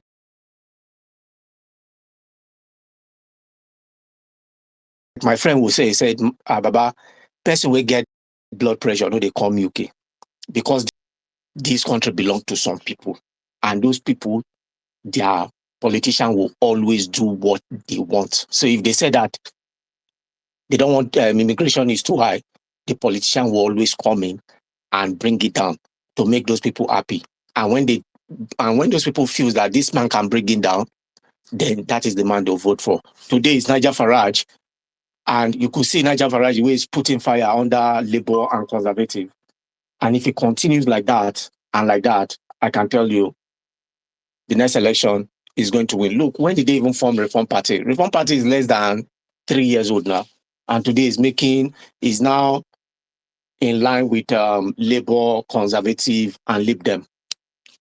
So that's just it. But for my own advice is that please, we should all stay calm and be happy and just, flenjo. Let's be calm.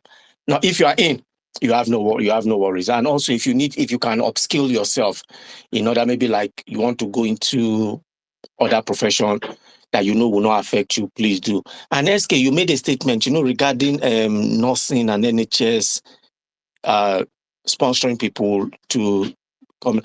I just want to ask, hope that is not part of public fund. I'm just asking, I don't know. So I'm just asking if you can clarify for us so that in case people that want to go into it, so that for them to be, to be sure that it's not public or public Yeah. fund. Thank you. Thank you. I think if you are already a permanent staff, so if you are employed by any NHS trusts, you can get it because you are a staff of that trust, and the trust is investing in you to go to uni so that when you finish, you will work for the trust. But it's different from if you're not working with any trust, you just want to go straight into it. If you're already with one trust, yes, you can get it. It's not part of public funds because you're already a staff of that trust. Who wants to grant your own visa? This document is there to guide them. So this document, if me as an applicant for that visa category, if I read that 58 pages long document before putting in my application, there is almost like 90% guaranteed I'm going to get that visa because I can see from the lens of the case worker and I can tell what they are looking for. So I will just exactly give them exactly what the case officer is looking for and just submit it like that. So for me to find that document on in gov.uk, I was quite impressed. It's just like a marking scheme.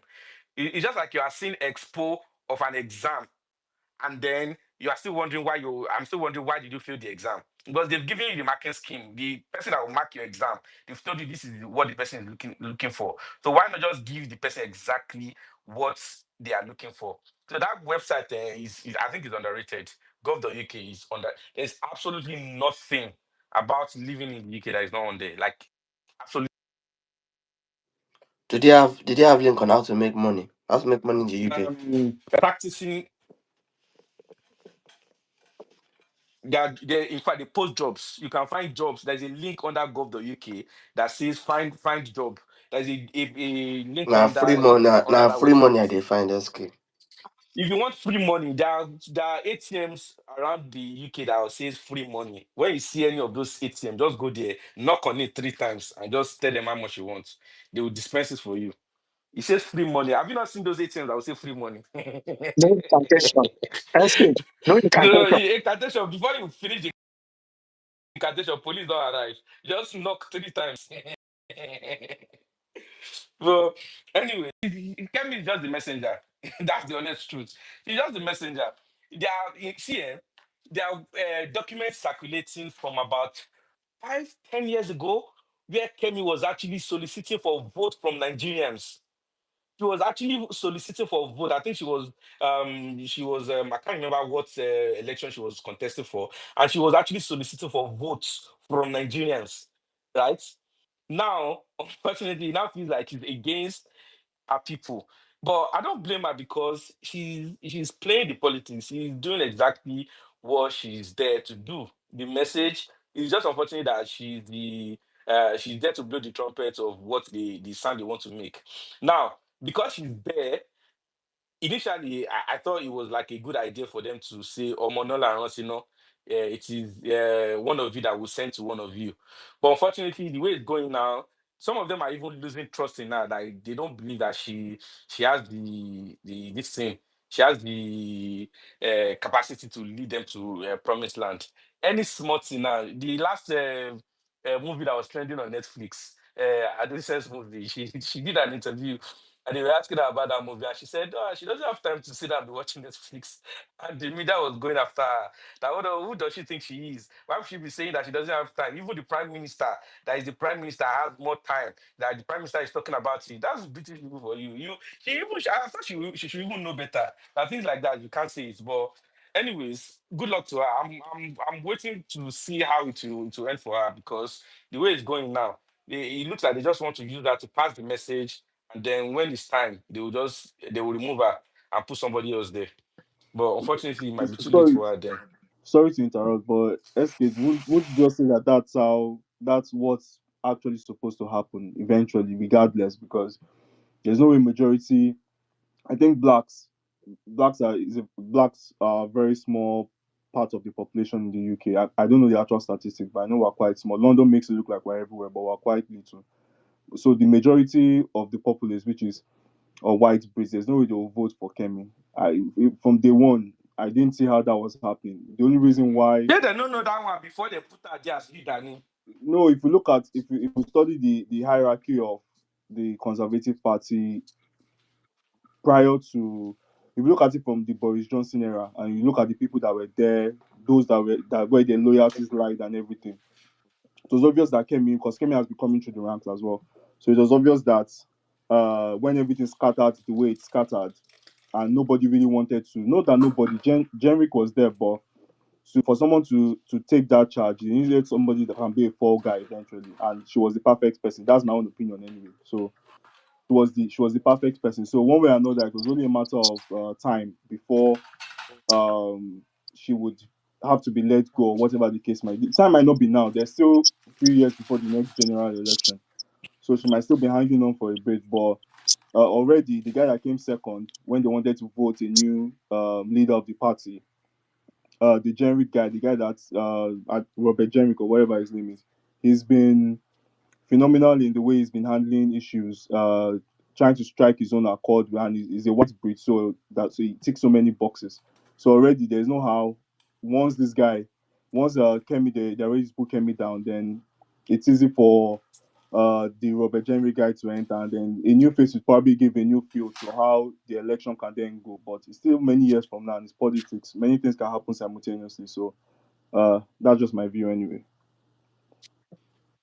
UK politics is actually interesting for if you are following it, but some of us like this, we don't get time for UK politics. But you have to if you're a resident in the UK, you have to, because one way or the other. This is why I used to tell people that about if you are living in the UK and how you want to imbibe the UK culture. Yes, it's good to maintain your Nigerian culture and all of that, but you see that life in the UK tests. There are some questions there that you don't even need to read to know the answer. It's because you've been living in the UK, you've integrated into the culture. Immediately you see some questions, the answer will just come natural to you. I give an example of Swansea. There was a question about the life in the UK test that came up, and they were asking about which of these cities is in Wales. And for somebody before now, I didn't know that Swansea. I know Swansea because of Premier League, right? Because of football, but I never knew that Swansea is under Wales. I used to look at Wales as, yes, Wales is a country under United Kingdom, but I didn't know that Cardiff and Swansea were under the UK. So tiny, tiny things like that are things that by the time you move around within the country, integrate with the system, those things you will learn them naturally. And when the time comes where you have to put that knowledge into practice, it won't cost you. That one question alone, failing that one question alone can be part of the reasons why somebody will have to resit the exam. So yeah, and again, this is part of what the Prime Minister is preaching, that people that want to live in the UK will have to learn the language, respect the culture, and integrate into the system. So integrate into the system, obviously, if they want to test it, it will be part of the life in the UK test, to test how well you've integrated into the system. Learn the language, obviously the English requirement. So it's not far-fetched what they're asking for. It's just for us to know how we can position ourselves so that we don't get caught into the experiment that they are doing. And again, to reiterate, please, guys, about compliance with laws in the UK. Some things we are not doing it purposely because we want to break the law, but we are just doing it because we think we'll not get caught. And when we get caught, it might just be, to you it might be something small, but in the eyes of the law, it's something big. So, and the most common one that we've said on this space, especially, is about driving using Nigeria license. Please, yes, yes, somebody will come now and say they know somebody that's been using it for 20 years, they've never been caught. Good luck to them. Maybe it's the day that it will happen to you, then you will not know how grievous that offense is. That license is not valid after 12 months. There's a way they can tell. A police officer can do a body check on you. They will bring out you everything about you. The day you came to the UK, they would, except you just meet a police officer that's not interested in doing their job. They can do a body check with the Home Office. Everything, they will bring it out the day you came to the UK, and then they will compare it with the date on that license you are carrying. It is very, very cheap. I'm saying it. It is very, very cheap compared to the wala that you enter. To start your license in the UK, just get your provisional, do your theory test. The theory test, within 4 weeks, with consistent practice, within 4 weeks, you will pass it. Once that's done, yes, you can now start thinking about the phase two, which is the actual practical one, which can depends on how you want to go about it. It can cost you more, it can cost you less. So, but to start first is the main thing. If you don't start, you can never finish. So start that process today as we are speaking before it's too late. Thank you. Who's next? Debo, who's next? I think A has spoken. Jerry, Yeah, Jerry, Jerry has I, had his hand on. I just wanted to say I might have to remove some people that have spoken before, but yeah, yeah, I might have to remove some people that have spoken. But Jerry, you can go ahead. Hello, good afternoon, everyone. Good afternoon, sir. I just want to thank you. Just want to reiterate to what SK has said about maybe upskilling if you are in the health sector. Yeah, I used to be in the health sector for I think about 1 year, 8 months before I got a civil service job, and I just want to recommend it to one or two persons. There are lots of opportunity in the health sector. So even if you are working, you must not work in the NHS Trust or any of the hospital in across England and Wales before you can upskill and maybe become a nurse. So, but one of the criteria is you have to have worked for like 200 hours. After your 200 hours, you need to get permission from your place of work, and with you doing like having like an NVQ 3. After you've gotten your NVQ 3, you can apply to some of these universities. Once if you get the admission, and you can maybe go into mental health nursing. Mental health nursing is one of the easiest one you can actually do, because it will just take you, I think, 1 year and some few months for you to be able to finish your program. But you have to put it like in Wales, because I used to stay in Wales before I moved to England. So like in Wales, you have to work for you have to work for that organization. You have to work, for instance, after your university, you have to work for that hospital for at least 3 years. You sign a bond for at least 3 years before you can be released, maybe to go and work in England or any of the countries within the United Kingdom. However,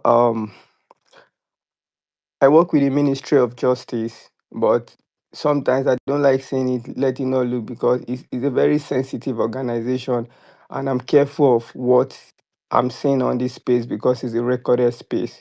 But I just want to promote the prison service. A lot of people say shit about the prison service, which is fallacies and lies. The prison service currently now is under short staff, is short staffed. They are looking for people to work for them. It's it's a great place to work, but it's a job for extraordinary people. Like, you have to be patient, you have to have empathy, you have to have skills, and you need to learn on the job. The job does not require any experience. You can grow as a prison officer to become a governor of a prison if you know what you are doing.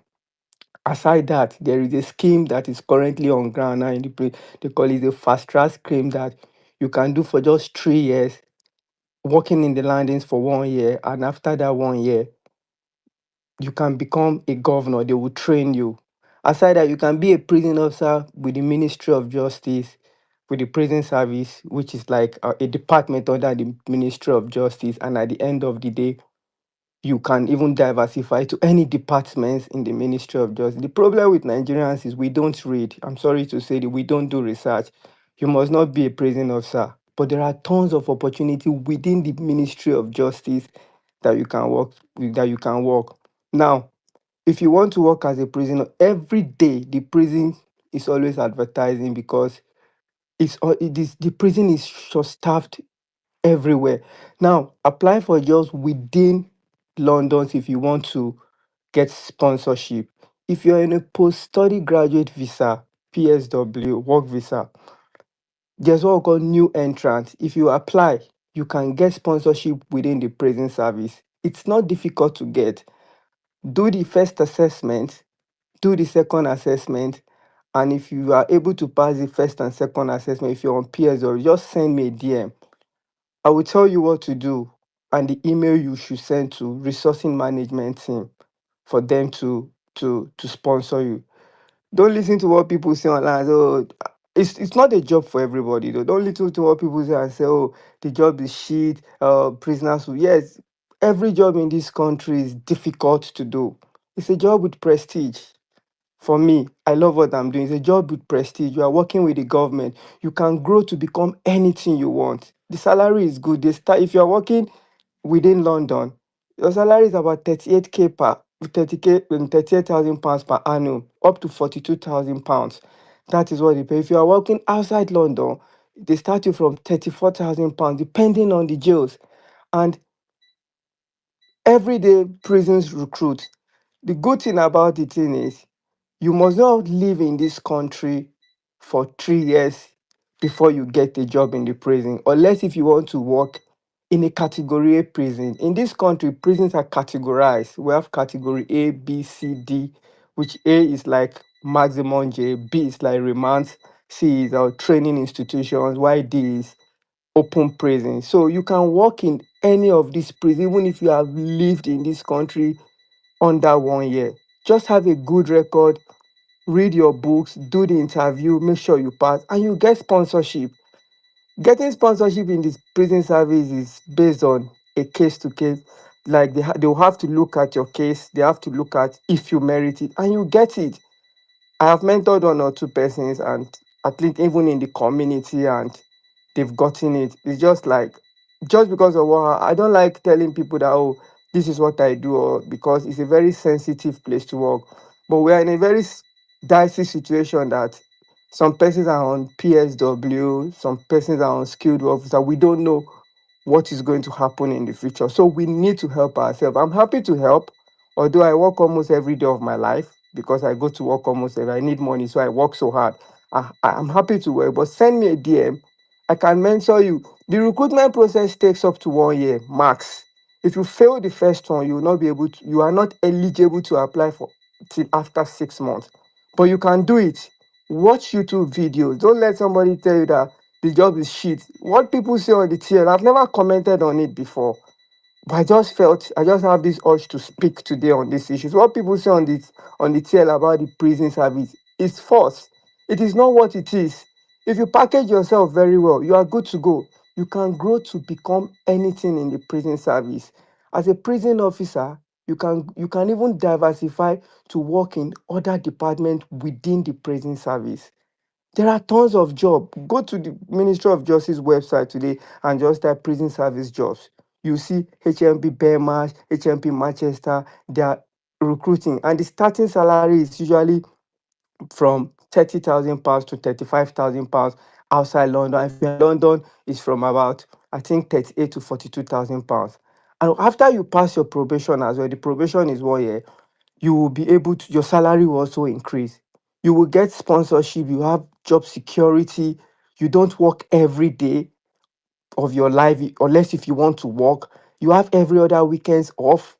You can work in any jail in the establishment. I'm off today. If I decide not to work in my jail, I could go pick extra shift. It's a very good job, but it is not for everybody. I'm not pushing this job to everyone that you must apply for it. But you can get sponsorship with this job, and you know it's job security. No one will wake up one day and tell you, oh, they want to sack you. You have every benefit, you have sick allowance, you have different kind of things that you have that you can benefit from it. So I'm just saying there are opportunities in the prison service, in the Ministry of Justice that you can exploit. And if it's the healthcare as well, you can also exploit it. I wish everyone the best in life. And if you need any help with regards to the application process, I can put you through. Just let me know. If you send me a DM, I don't reply, definitely I'll give you my number. I can call you and put you through, tell you what to do to pass the first stage assessment. The first stage assessment is all about IQ. You need to know what you are doing. That one I can't teach you. The second stage assessment is divided into three. We have the role play, we have scenario based questions, and we have report writing. I can mentor you to become what you do. Don't listen to what people are saying. I know most of the British, they don't like working in it. Yeah, the prison is a tedious environment. I won't lie to you. But if you look at the website, we tell you it's a job for people with extraordinary skills. This is what I've been doing for about a year plus now, and I'm enjoying it. Will I say there's no challenges? Yes, there are challenges, but this is what is keeping me in this country. My COS is guaranteed. They just renewed my COS for me. So I'm sure of it that next year I will get another one if I still want to be in the system, which I will. This is what I love doing. Does that make me not to think further? Yes, tomorrow I can decide to become a border force officer, and I will because I already have the civil service experience. And please just make sure if you're applying for the prison service, your records are clean because they are going to do a national security vetting for you. I've said a lot of things. I don't want to go into details because we have procedures, we have a lot of things I'm not supposed to discuss here. These informations are public, so it's something anyone can get online. That is why I've decided to say these things. If you need any help, you can reach out to me. Lastly, don't listen to what people say about the prison service. Most of them that say they don't know anything about the prison service. But remember, it is not a job for everybody. You have to think, is this what I want to do? Is this what I want to do? Is this what really interests me? You need to love the job to do it. Okay, And now. remember, it's a government job and it's also a civil Okay. service job that you can grow and become what you want to be. Thank you very much. Thanks, Jerry. Prison way. Prison service way. SK. Which one will come be prison way? Prison way Sorry. as well. Prison service. Prison officer way. God, I beg. No, be prison way. but just make sure that whatever job you're going for, you have passion for it. You have what it takes to do the job because not just because of CS. I understand the desperation and everything, but make sure you have the capacity for it before you go for any job whatsoever. Father, you want to say something? Yeah, I just wanted to say, also, if you are applying for that prison, I think Jerry said it one time that there's a time that they open and the process is kind of long. Somebody told me 6 months. I don't know how true that is. They say like civil service job, they take like long time to finish the whole recruitment process. So you need to start as early as possible. You can DM Jerry for more information. So if you're starting, have at least 6 months on your remaining visa or 3 months, I don't know, so that you can start it. Yeah, so that's just what I wanted to add. It's not like you only have 2 weeks left and you want to apply for a prison job. I don't know how feasible that is. So yeah. All right. Thank you. Thank you. Thank you. Oh wow. Wait, oh guys, I wasn't the one that spoke about Ministry of Justice, please. I've just got 3 DMs. Maybe Twitter is messing up and it's showing me as the speaker. Um, the person that spoke about Ministry of Justice is Jerry. I've just received like 3 DMs actually, practically 3 DMs. So please, you can speak to Jerry. Oh wait, has Jerry dropped? Jerry has dropped from the speaker section. Um, okay, I can find this handle and send to you guys. But I wasn't the one that spoke about prison service. So I'll just copy his handle and then send to you guys. So for you guys that are just joining, welcome once again. This is not this space. We are not an authority on immigration under any guys. This is more like, a space where we're just talking about, the reaction from today and just speaking. We're not providing any legal advice. We're not analyzing or providing any professional view on the white paper. This is just us discussing. And so yeah, we needed to put that out. But Tayo, are you there? Okay, Tayo has dropped. Okay. Yeah, I'll get to you celebrated. I just want to be sure that we're moving the mic around. I don't know. There's some people that have yeah. Deshewa, good afternoon. You can go ahead, Deshewa.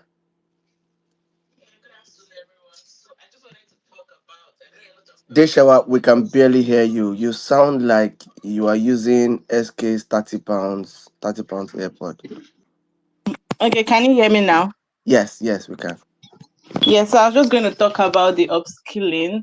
I know a lot, several people have spoken about, and they're talking about in relations to just healthcare, the healthcare sector. So I believe so. There's something that the UK has, which is like an apprenticeship levy, which almost the top organizations in the UK, including the civil service, NHS, has. So that is why some of those courses under the healthcare sector, the nursing courses, are free and they're not public funded because they are funded by employers. So it's best if you are working in any organization that has access to it. You can ask your HR person, the learning and development person about that if they are connected to the apprenticeship levy. And with that, you'll be able to do any free course, not just in healthcare, even if you are a tech person, if you are in any, even if you're working in the NHS, you don't have to be a support worker, you don't have to be an healthcare person, depending on any if your employer is connected to that particular levy, because every employer is supposed to pay about 0.5% every month based on their revenue to that particular levy. So that's why that particular route is not like public fund. So I just wanted to just add it to what SK said earlier. Thank you for that. Thank you for that, Deshawa. Thank you for that. I just wanted to give Jerry a notice. Jerry, just be ready. Your DM will soon flood now, cause the responses that sorry, the DMs that I just got about that, the prison service, MOJ, it choke. So I've sent them your handles. So they're coming. Get ready. Yeah. Olayemi John, please go ahead. Oh, thank you. Can you hear me? Yes, please. Yes, please. Oh, okay. Just want to talk about mostly a lot of people have said most of the thing I want to say, but I think people are worried based on the whole news. I don't think anyone should be worried because if you look at this most of the people that are in UK now, there's a high percentage that a lot of people are legally in this country. They might not be, maybe it's a healthcare worker or any kind of visa. They are probably legally in this country. Some are even students, some are postgraduate student, postgraduate visa. And I don't think that should be, if you are living in UK for like at least 5 or 6 years, or maybe like in the space of, let's say, less than 10 years or 5 years or for, you should be, if you used to this kind of news, because I was in the country where we used to see what's it called, immigration officer with their boss, with their mini boss, the white mini boss back in the Peckham days. Like people will call you, don't go to Peckham right lane, or don't go to this period. There are people are there, or people start running barber shop. No, there used to be that. It actually used to be bad. You know that kind of thing. Those things are not there anymore. Because then there was no, like, if you meet 50, as in 10 people, I can guarantee you 7 out of 10 people they are living illegally. Because people used to come to them, they used to be like, okay, they will come to the country with visiting. At the end of the day, they will get marriage, and they'll find their way before they cancel it. Then you can be illegal and still get married before they change the whole thing. Within that time, you get sports visa for 2 years. If you marry British, after that you get definite. It was easy then, but there used to be very raiding everywhere. Now it used to be now it's calm now. So when people are worried about those things, I just feel like you are legally in the country. I know the law. I understand, like SK said, a lot of people are just worried about how long they're gonna stay before they get it. But I understand they might calculate like, oh, in the next 5 years I should be getting my ILR. But Come on, sometimes if you're legally in the country, you're working, you can get visa to any other country you are living. You want to go holiday on. Why are you? I know you're not really. It's not really an issue to be bothered about, in my own opinion. I understand the whole issue, like, oh, they might change this, they might change, but if you are president in the country now, I don't think that should be a problem. Because some people are here that they don't even have visa, they'll be running up and down to say where they're gonna stay. So now you are here legally, your visa might not be 100%, but you are there legally, you're working, you are doing your things. That's why you didn't commit a crime. This is coming from someone that, yeah, I've seen a lot. Because, but what I want to say about, there's some Fadi said something about people should be married themselves, or dating themselves.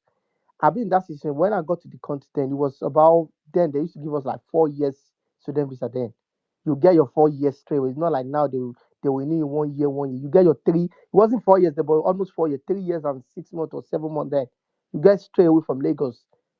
So then after that, you start looking for work. But then you used to date different people. I've been in the situation where my visa wasn't gone then, but I just got into a situation where it's a girl that was dating back in uni. The uni said I wasn't even going. I was just going for the sake of looking for girls. But she helped me. Then ones you just have to be, when you in this situation, you have to be like, have your backup, your second plan. I know your visa is guaranteed. You're not living legally, but you never know. Maybe they change. Okay, we want to scrap everything now. Something like, because the only thing that should be worried now, the way the UK are moving, the old British policies are moving towards the right wings now. People should worry about Niger Farage. That's the only thing I think people should be worried about. That man should not be voted in. If that one gets in, things will be worse. There's no more. You can tell you start renewing your visa. You are not getting definite anymore. That man will say that. I think it's part of his manifesto, I think. So that's what I think people should more be worried about. That man should not get there. If that man get there, there's a problem. There's a problem. That's why having someone like dating, or be having someone like, oh, I have a boyfriend, I have a partner, he's a British, she's a British, I know I can rely, if worst to come to worst. That's the second part. People always look to say like, oh, I don't care, I have my visa. No, I don't say, you never say that. I have someone that got stopped with a British wife and a British kids at the airport just for one or two things. But all the sake of he got British wife and kids, he got released after 24 hours or something. He went on holiday for some one reason or the other. So because he got second place. So I know a lot of people they are not illegal now. Like a lot of people got legal, but just imagine anything can happen with this UK moving to the right wings now, because what happened, there are local election I've never seen in my life, since I've been living in UK over 15 years. I've never seen that kind of wave. Vote or no confidence or Christama. Just imagine, because they think people are moving to right wings and they say, oh, he call an election tomorrow or next 2 months or 3 months. I know it's not due, election is not due now, but if the vote of confidence is there, I think everything is shaking. You can call election anytime. And at the end of the day, what's going to happen is going to get in, and it will be worse because it looks like it's a Trump 2.0. The man is just there. He just everything he said in the past from UKIP. Everybody that know me, he was UKIP. He has contested election how many times? This is the first time he actually won a seat, aside from the EU seat that he won then, that got them in the Brexit thing. So that one is a destroyer. He got them that Brexit that destroyed the economy today, and he's going there. He's moving to right wings now because the whole new Labour policy just didn't start today. But they look like, oh, people are moving to the right wings. We need to do something. We need to give people what they want. That's why the customer that used to be against deportation and everything. So I think if you are good to go if you are living in this country, but have your second, your what's it called, option. Just have your guide, like what's what to come. I will rely on someone, because I think with everything, family visa is always the strongest. I always tell people, you have kids or you have a partner that will say no, this one is not going anywhere. It doesn't mean it's 100%, but that's still something like they don't like to separate family. So you have just have that one, even though you are not legally married, but this one, yeah, What's come to worst, this one will stand for me. This one will say, no, I'm not going anywhere. Because if Niger Farage got in there today, I don't know, it's going to be a problem. That's what I want to say. Thank you. Thank you. Thank you. Yeah. Well, a lot of uncertainties, but like we've been saying all through since this space started, please just everybody stay calm. Yoruba people say mouthful. Just stay calm. Everything will be fine. There's nothing overthinking no be solve problem. So ẹ lọ fọkàn balẹ̀. àwa la máa wọlé. So yeah, celebrated. Good evening. What's up? Good evening, Adibola. Hi, SK Corporate Party and everybody else. Thank you for putting together this session. It's really been wonderful listening in, even though I joined a bit late. I think I joined about when Jerry was speaking. And so obviously the way he spoke, I just kind of thought to also put my hand out here. Um, I agree with most of the things that have been said, particularly around upskilling and around the fact that there's no need for people to panic, but also there is absolute need for us to always have that plan B, C, and D, that you can default to if your plan A goes south. I currently work with the Bank of England. For those who are in the financial industry, happy, to get jobs. Every time they are posting jobs, some of us were hired from inside the UK, some were hired from back home in Nigeria. Yes, back home in Nigeria. And they've had to come here because they can give you COS and things like that. So if we have some financial guys, who are interested in that space, not only the finance people, because they also put out some IT vacancies. I Sorry, think please. I didn't know recruiting MCs. They're not recruiting MCs. well, you would have to check with the communications department to see how that is going. So if we're recruiting MCs and you find something you're interested in, then you might be able to put in your application. But just to say, I'm happy to help people who might be interested, in looking at some of these roles. But also because I'm saying, oh, happy to help you, is not a reason why you would not work on something like your resume, for example. You have to work on your resume. Your resume has to be top notch because, I mean, some of these roles will be competitive. So the question is, how do you want to be the outlier? How do you want to be the lot? How do you want to separate yourself from the lot of individuals who are going to apply? I've been part of some application screening process. I have seen some things some people have submitted is horrible. So it's the call is on us as individuals to make sure that we start to put in that extra effort. As Jerry said, the jobs are out there, but you need to look for it and you need to start looking in good time. You can't wait till the last minute. Oh, you have 3 months on your visa and then that's when you want to start running around. So even if you're a student, you are in school, it doesn't stop you from even applying. Apply, go there, get the interview experience so that you can use it because one interview experience from one company would help you be a better person for another interview experience for another person. We have some people that, okay, I've come in as a dependent. Maybe my spouse is schooling.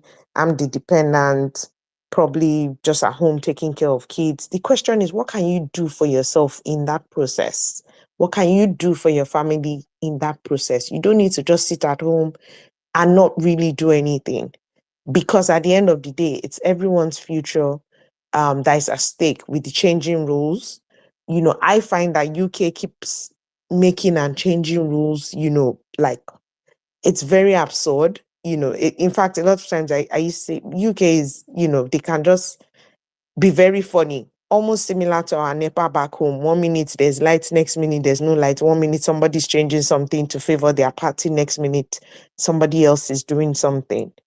But I think it's just a call for us, you know, continue to improve on yourself, putting your best at everything that you do. We have the skills, we have the knowledge. We just need to put ourselves out there. Everything is not about care, care, care, because at the end of the day, I find that a lot of people who actually have very good skill sets back home, have come into the system, and because they find themselves under care, they just keep managing themselves. You don't need to be that, because I mean, the land is green. You just need to grab these opportunities, make the best use of them. So please, just as Jerry has mentioned, I'm also putting myself out there to say, feel free, check the website for those in the finance industry. If you find anything that you're interested in, if you need help with anything, please come inside my DMs. The COS are out there with all these professional companies. They do have them. The big fours also have them, KPMG, Deloitte. They have the COS and they are happy to give. But we have to be happy to work. I mean, you have to work hard to be able to get it. And these people don't just come with COS with money that is on nonsense level. What they offer you if you get the job keeps you at a good place, well above the salary thresholds. So it's really for us to come together as a community, and continue to upskill ourselves. And above all, I think the rules would always be rules, but let's not panic about them, because you find out people try to jump the gun, start panicking and things like that. But yeah, that's really what I wanted to say. Celebrated before you finish. Just you have my account details. Please send me something. At least I know that you're earning above the threshold, our level. So you have my account details already. It's in your DM. Just send me something. For the now. I should send my Oga something. Okay, sir, no problem at all. We'll do the risk assessment and then we'll Please, decide. please, please respect yourself. Just respect yourself, please, and do the needful. Thank God bless. All right, thank you too. Thanks so much. In case you have brother that's looking for wife too with passports. Ah, Paddy. Fade, That's Fade is why. No, not no, going to. That's let why me you're help a our project ladies. manager. You don't think far. Ah, washiri, washiri, washiri. That makes sense. That makes sense. I dey help our sisters now, just in case. Every man that has a passport that is looking for wife, every woman that has a passport that is looking for wife, we want to start merging everybody like this. Sorry, maybe if I could just suggest that perhaps at NIUK, I don't know, it probably might already exist if we're able to put together like a list or like compendium of people in different industries, that perhaps registered members, can actually speak to when they are trying to get into the industry. I know you have a lot of people, who would always put themselves out there. Toyib, Demo of London, you find them putting, including yourselves, Fade, SK, Adipola, I mean, just putting themselves out there. So for people who are willing to Please, help. the only thing that me I can teach somebody now is bad things. If you want bad advice, just come and meet me. That's the only thing I'm here Yes, for. now. So But when we Bro, have the list,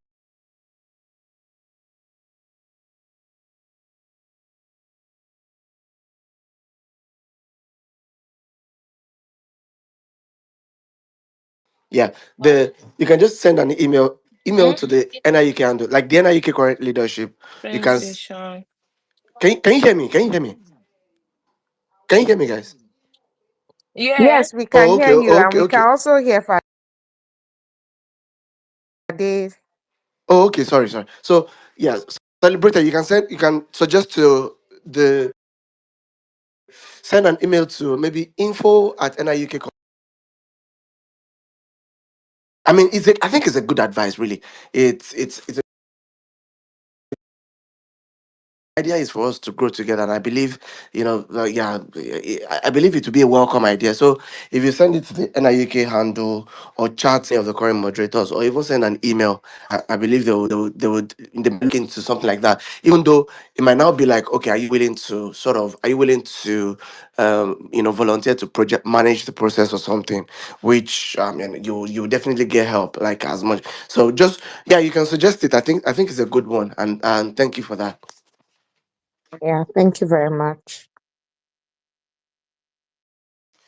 Hillary, good evening. Go ahead, please.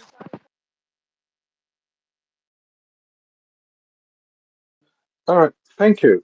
I think the suggestion I wanted to say is a lot of people need to, if you're doing anything, please endeavor to get information from people who has done it already, because experience in this regard can never be substituted for aspiration or maybe thinking I'm going to do it someday. Just like I think SK, I think you spoke about somebody spoke about the life in the UK test, and I was like, okay, if you have lived around, then it's easy and all of that. Or maybe the license, the driver license thing, the driver theory test things. Most of those things, there are specific things, if you specific ways that people use to get through them. Um, I remember the time I did the life in the UK stuff, um, a lot of people recommended go and buy the book, go and buy the books. But by the time I got there, I started asking questions. I realized that a lot of people had bought the book, but they didn't get it. They had to take it once or twice, as or more. Until I met somebody who did it and told me, listen, go to this YouTube channel, some YouTube channel. I followed it and I got through there, and I think I got the entire questions right. And same with when I did this the days I did the driver the theory test stuff. So it's very important that instead of maybe just talking, maybe to go to people who have done it, who have the experience, and ask them how did they do it. Though I know that some folks from Nigeria sometimes we try to make things a bit difficult by telling people you have to do that, you have to do the other way, not just giving people the straight truth about how to do it. Things like life in the UK, things like the theory test, driving theory test, and a few of the exams that you're probably going to have to take in the course of your migration or immigration process in the UK. There are sure ways that people follow and they get them once and get through. Aside from that, what I wanted to talk about is that, with respect to the part of the new rules where it talks about being able to earn a certain amount of money in order to, in order to get the visa, to get approval. I think there's something I've noticed among some of us Nigerians, and I would like to say this to some of us that are here, that you're probably still going through the immigration process, and maybe you're in a job that is not paying as much as it should be paying. I've noticed that some Nigerians come to UK and then they hobble around people who are doing a lot of this factory job, people who are doing, these low income jobs. And one thing that I found out about those type of jobs is that it kind of keeps people in the same circle. And if you roll around people who did this type of jobs, the likelihood that that's the kind of job you'll be doing is very high. So when you come to the UK, or you're probably in the UK already, and you're trying to earn something that would enable you, that would help you with respect to getting, visas in this regard, getting the visas you need. One of the key things I would suggest to anyone in that category is try to move around people who have high income jobs, and when you move around them, most times I will tell you the way and I will show you the way. They are two different things. When you meet somebody who can show you the way, it helps a lot. And some people, I remember years and years, when I came to the UK newly after university, I had the opportunity to apply for work because I was already programming from the university. So when I entered the UK, I had a few other guys who were working in the factories and all of that. And then I told them, I said, listen, because I told them, I said, listen, I want to do my work. I'm a software engineer, and that is what I want to do because I sort of saw myself too lazy to go into all these other kind of jobs. A lot of them started teasing me. Some of them even started talking behind me that I was too proud, that a lot of them are working in the factories, that the factory job, that everybody that comes, and sometimes they will tell you things like everybody that comes starts with the factory. But now this was something I noticed about the factory. I did try to work in the factory. I only considered there for like 1 week plus, and then it was too difficult. I had to quit. And I didn't just quit because I just had to quit. I had to quit because one thing I've noticed about some of these low income jobs, they have a way of taking your time. Now, I was doing the factory thing, within that 1 week, and then I'll get interview calls, and then I wouldn't even be able to take the calls. And then um, what is it called? Give you 15 or 30 minutes and say that's a break. I don't understand that. And then you find out by the time you get home, you find out that, oh, this company had called me for interview, that company had called me for interview, and you were not able to take any of those interviews because you're roaming around with doing some things that will probably take, and then in within the 1 week and 2 days or something I had in that factory. I started asking people questions, and I noticed that right in the factory some people there had worked for 30 years, 13 years, 15 years. No, no, no, not 50. The highest I saw was like 30 years. So I was sort of like asking myself, this work that people have to wake up early in the morning and go to bed late, stand up like 6 or 7 hours of work, not even sitting down, I kind of kept wondering how would people do this? But I realized that once you get into the UK, you start taking some balance to certain regards. And then before you know it, your bills will start climbing. And then when you've got bills, probably you've got a child, probably you've taken a car on finance, probably you've done that, and then you become indebted to the fact, to the lifestyle that you always have to do something for money to come in. So it is important that once you come in, try to move around people who are high income earners. If you do not know them in your little circle, you go to there is always a way you can meet a Nigerians, and most Nigerians that I've seen are always willing to help. And then when it comes to getting to the high income earning thing, for some of us who probably in Nigeria you are doing something that is, let's say you're a software engineer. I recently had an experience of a software engineer that had come to the UK, and then the mom called me one time and be like, "Oh, can you help my son? He's been in the UK for like 2 years. He's been trying to get a job. He's not getting a job. He keeps doing this thing, and then he says when he goes for interviews, they're not letting him." Then I told the mom, I said, please, can you tell him to call me? And then this guy called me. This man called me when he called me because he's a man with his own family. When he called me, I was like, what sort of software engineering do you do? He explained to me, and I was like, okay, get yourself together. On so and so time, I'm going to be interviewing you you know, just know that you're going to have an interview with me. And the guy was like, okay, that's fine. On that day, he called me and I interviewed him. And after interviewing him, I was like, dude, I know you know how to do this stuff. In Nigeria, we see the end result and we are cool with it. In the UK, it's not just about the end result. We don't just want to know that you know how to program. We want to know that you know why you do what you do. You know your approach, you know your theories. Don't just don't just couple things and put them together. And then I pointed to him, I was like, go read this material, go read that material, go read this. And then he went and read those materials. 1 month after, he got one of the company that has rejected him before. He reapplied, and by the time they interviewed him, he was not talking like somebody who knew why, and he was employed and given sponsorship in the company. So if you're a Nigerian, you come here and you're already maybe into one profession or the other, try to move with people who are into that profession to get to give you the ethics of how it is done here. It will help you. And when you know how it is done here, study and do not ever. There is something, another thing that I was told. back then when I came was that, oh, there are some jobs that are so that the competition is so high, they just give it to, some people who are not just, who don't just look like us.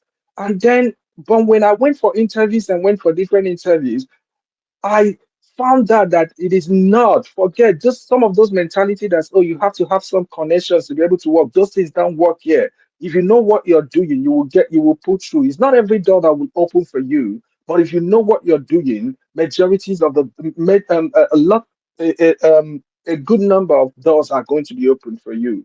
So I think I've forgotten the 13 or 14 I wanted to say. Thank you. Thanks, SK. Are you? All right, thank you very much. I love this angle you came from because, like I always say, the first set of people you meet in the UK will determine how your progress will be. If you meet the people that don't care about professional lifestyle, they're on about picking shifts and all of that, you will definitely gravitate towards the exact thing that they are doing. But it's never too late if you know that that's not the you don't want to go through the same way they're going. You can easily just change your direction immediately and just move towards people that will help you grow professionally. So yeah, thank you for that. By the way, I thought you just mentioned. I think some people are getting this confused. This is not an NIUK space. This is just me just speaking on my own. It is not. It has nothing to do with NIUK. So if you have any queries about NIUK, please direct it to NIUK community or NEB, NIUK NEB. Those are the two handles that you can direct your queries to. Thank you. This is just my own personal thing. It has nothing to do with NIUK. Thank you for that. Right. So who is next? Um, Denny, are you there? Yeah, I'm here. Yeah. No, wait. SK. Now Demi you they call Yeah. Demi. Oh, I know that. I saw. Sorry, now Denny. I saw. Sorry, Denny. Because Is it bec- Demi there or Denny? because you call him like person will come from Uganda. Ah, Sorry, Denny. they are allowed. They are allowed. I greet Sorry. everybody. SK, I greet you. I will personally ask SK this question because you get the reason why I want to ask him personally. As you don't mention previously, the set of people where you actually meet for this place where you come, you actually inform your decision. Because I remember when me say if I come, now your space, you get one space where you host the second month where I come. I had to work for warehouse that month. In fact, I just finished shift at the go house. Then I put my this and they listen to your space where you talk about MVQ, the need, and everything. You shall talk. And I decided, okay, yeah, I go actually, do this, and actually I don't regret. But my question specifically for you, SK, because I don't read most of the stuff we come outside, and I want to know. So for those people who are in the care sector, who are, I mean, support workers, care assistants, and all of that, but are already on their way doing the MVQ3. What would you advise? What are the roles you think they should be looking at right now? The long term roles, because obviously, a fire brigade approach, they work again from the look of things. And are they talk like person way, because most of the people I don't listen to before now looks like those who are already settled or those who this new stuff not really affect to an extent. Um, for some of us, maybe say we they look for sponsorship or we never even get sponsorship. What are those roles you think we should start looking at? I'm talking about long-term roles. And I know you've mentioned nursing on this space. I hear you loud and clear, but is the route that easy? Because for some people, they uh, I see nursing as a full-time stuff, and then it's not even good for some people who have spouse. Do you think if the spouse who is on the student visa, the husband on the student visa, the wife is now doing a full-time nursing role, what are the other roles you think guys like us can take up? We are support workers, yes, we are doing the job. We're also doing our MVQ and all of that. But what are the long-term roles you think we can take up to avoid all of these things? Because when I look at everything, I'm seeing doctors, nurses, engineers, and then the global talent route as the only ones who are free from all of this stuff that just happened. I'm very curious to know, because to be fair, I've not really I've not really been settled this morning. I've just been here and there, trying to wrap my head around plan B. And then to another person, I think this one is to Debola, to be precise. Do you think getting a plan B, like going to getting a visiting visa to, I'm I'm speaking openly because I know a lot of persons are in this situation that I am right now. Do you think getting a plan B, going to Canada or to another country to start all over again, is really a good plan? I'm talking specifically now for families. Individual persons But can actually. but why be saying me they ask? Number one, we have senior immigrant SK with the No, here. I don't ask SK your own question. I just don't want to make it seem too much for SK. Now I say Okay, make I well, question. well, well. Do you think I so like Canada is a suitable plan B? I'm talking about visiting now to bro, Canada. legally, personally, I mean, I think I will never advocate for visa abuse. So what I'm saying,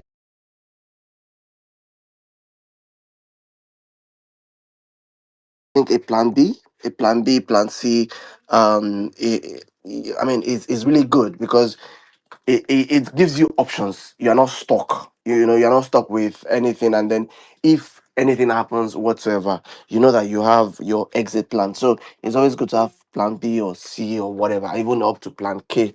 But just do it the right way. Get the right visas, move the right way, so that you don't want to move from one uncertainty to another uncertainty, and then put yourself under stress, because just like I said, most visiting visa does not have route to settlement. But yeah, that will be up to you really. But I agree that plan B, plan C, is always very needed. I hope I answered your question. Yeah, you did. SK, did you get my question? Yeah, I did. I think I've even gone past the stage where people want to be migrating using visiting visa now. I mean, like Canada that has plenty visa routes. This or this their PR that they're doing. You have to join the pool and all of that. It's easier for people that um, have certain degrees. Apart from the age thing that they used to disqualify people, even with the age save, there's still some extra personal development that you can do that will increase your points. But personal development, the simple answer to your question is still personal development. The way I'm seeing this UK policies is that they're looking for the best of talent, right? They just don't want an average person, like just ordinary person. You don't even have BS. You don't even need BSc to work as a carer. But the way they're taking it now, they want you to have good qualifications before you can be allowed to remain and work in the UK. So it will now take me back to whatever you are doing at the moment.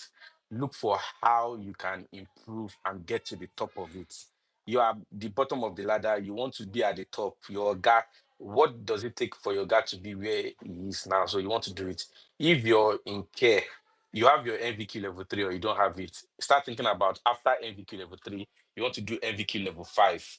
So that when you do your MVQ level 5, you are positioning yourself for senior roles like care home managers, because if they want to get rid of people that are not up to the level 6 RQF level 6 as stated in that document, then you will not be affected, because at that point you will have had your MVQ level 5 in health and social care. And even if that's not what you want to do, some other things that you can do will be look back into your career. Some people studied microbiology. They are qualified laboratory scientists in Nigeria, and they are here in the UK doing care because they feel like they cannot get a job as a to work in the lab. But that's not the case. Uh, it boils down to what the other person said last time, that the kind of people that you roll with. If you make inquiry, you will know that it's actually very, very, very possible for you to work in the UK as a lab scientist, based on your experience from Nigeria.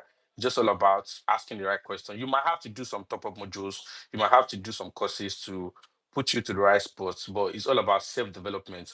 Don't be satisfied with just what you're doing. Like you're doing care, you're all just about money. Yes, the money is good, but whilst you are collecting that money, look for ways how you can break those barriers of limitation. Like you're limited to certain things you can do at work. You want to be able to do more so you can earn more, and then if any visa immigration issues comes around like this one, it will not affect you. So to answer your question directly, it is all about career progression. Progress, the barest minimum now, it should be looking at, can your current job now, is your current job now, are you earning up to a graduate role? Are you earning up to a graduate pay? Are you earning as a graduate entry role? That's what you should be thinking at. A care this thing is not giving you up to that. So how can you improve in that care if you don't want to move? You like care so much, you don't want to move away from it. Okay, stay there, but do your MVQs and move up the ladder. Yeah. Thank, thank you very much. Thank you. Um, So just quick one. Hillary's son, please. Someone is asking you to please open your DM. That they need your help. So Hillary's son, if you can hear me, someone is asking you to open your DM, please. What? Who's the? My gym is open now. Who's the person though? Maybe Uh I can just send them a message. okay. Let me see. Let me see who the somebody just messaged me and said, okay, you know what? all the I'll open find. and close, they all the opening and closing of DM. I know they involve. Oh. Oh I yeah. don't want to. I don't Please, want. Oh, this I met him on disclaimer. your space the other day. He collected money from Yes. me. I'm not involved. Oh. Yes. Please, full disclaimer. All DM, whatever it is at discretion of the opener and the knocker. The opening, The yes. opener and the opening. So please, when you go to people's DMs, don't say, oh, because it was SK space or because Adubola was acted in good faith. Please do your due diligence and make sure that whatever you are doing with everyone is you've done your due diligence basically. Yeah, but I'll try and find a way to link you guys up. Let me just copy his handle and then I'll send to you. Okay, I think I've opened it right now. I just let everyone that send me able to send me a message. All right. Yeah. Thank you.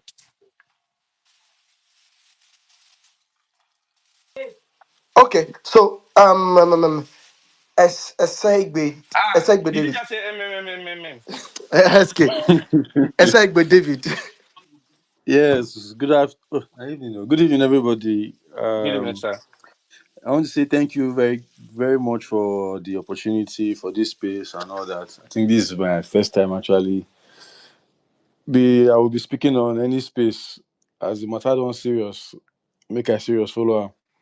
So actually, I'll just do a rundown introduction. My name is Cecilia David. I actually came into the UK. I think that December. I never spent each 1 year.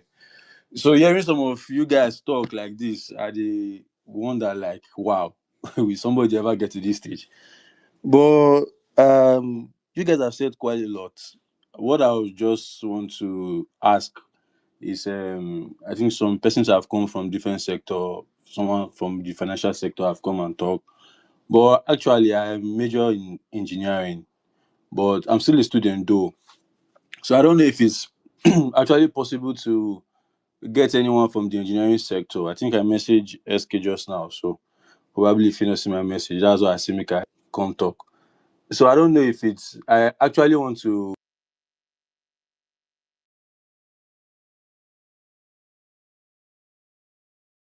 September. So I don't know if there's anyone around or anyone you guys know that can actually be a mentor to or a guide to how to navigate through this part. So it can be easy. Just the way you guys are like doing the driver's theory test, TikTok handle, TikTok page, and all that. So Bro, I would I think you have to be very specific. Engineering, as far as I'm concerned, is a very big field. So which one? when you are specific, electrical electronics engineering. so we just have to like as you're saying it on the space Mm. now, please, if there's anybody in that field that can help. I think I think there's an engineering group actually for NIE. If you send who's the you know what let me remember who the admin is. I'll send the handle of the Okay. admin to you so they can add you to that group. I'm not part Oh, of the group, but I know one group exists that is about engineering. I beg. I would highly appreciate that. To I beg. Make Yeah, person which know let me. where. I'll look through my phone. I'll check. 1 second. Okay.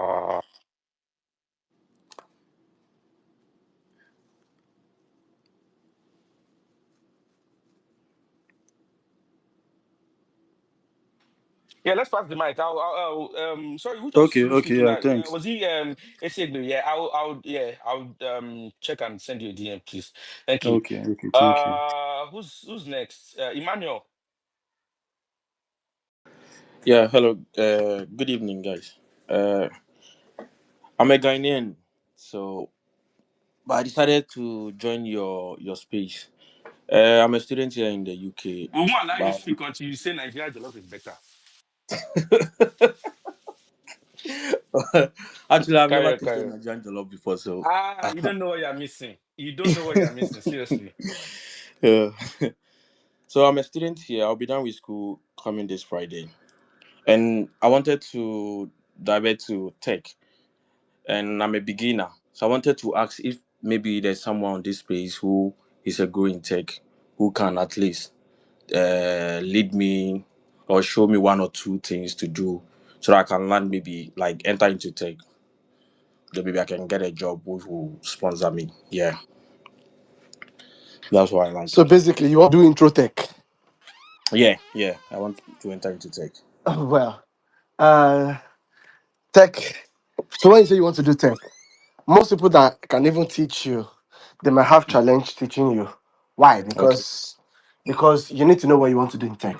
Tech is big, is broad, and sometimes it depends on your current interest or your current capabilities. Let's say you want to do tech.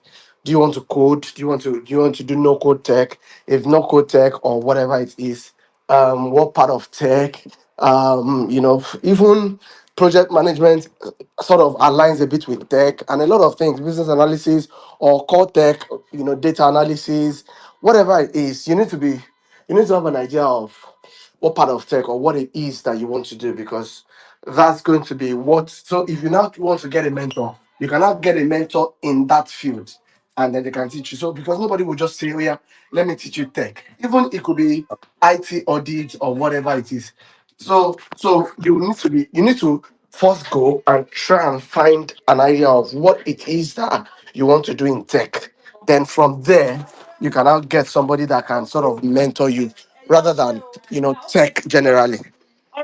Okay, I wanted to enter into cybersecurity. I enrolled in one of the colleges, but it was level one course, and they said they wouldn't be doing level two, so I needed to stop.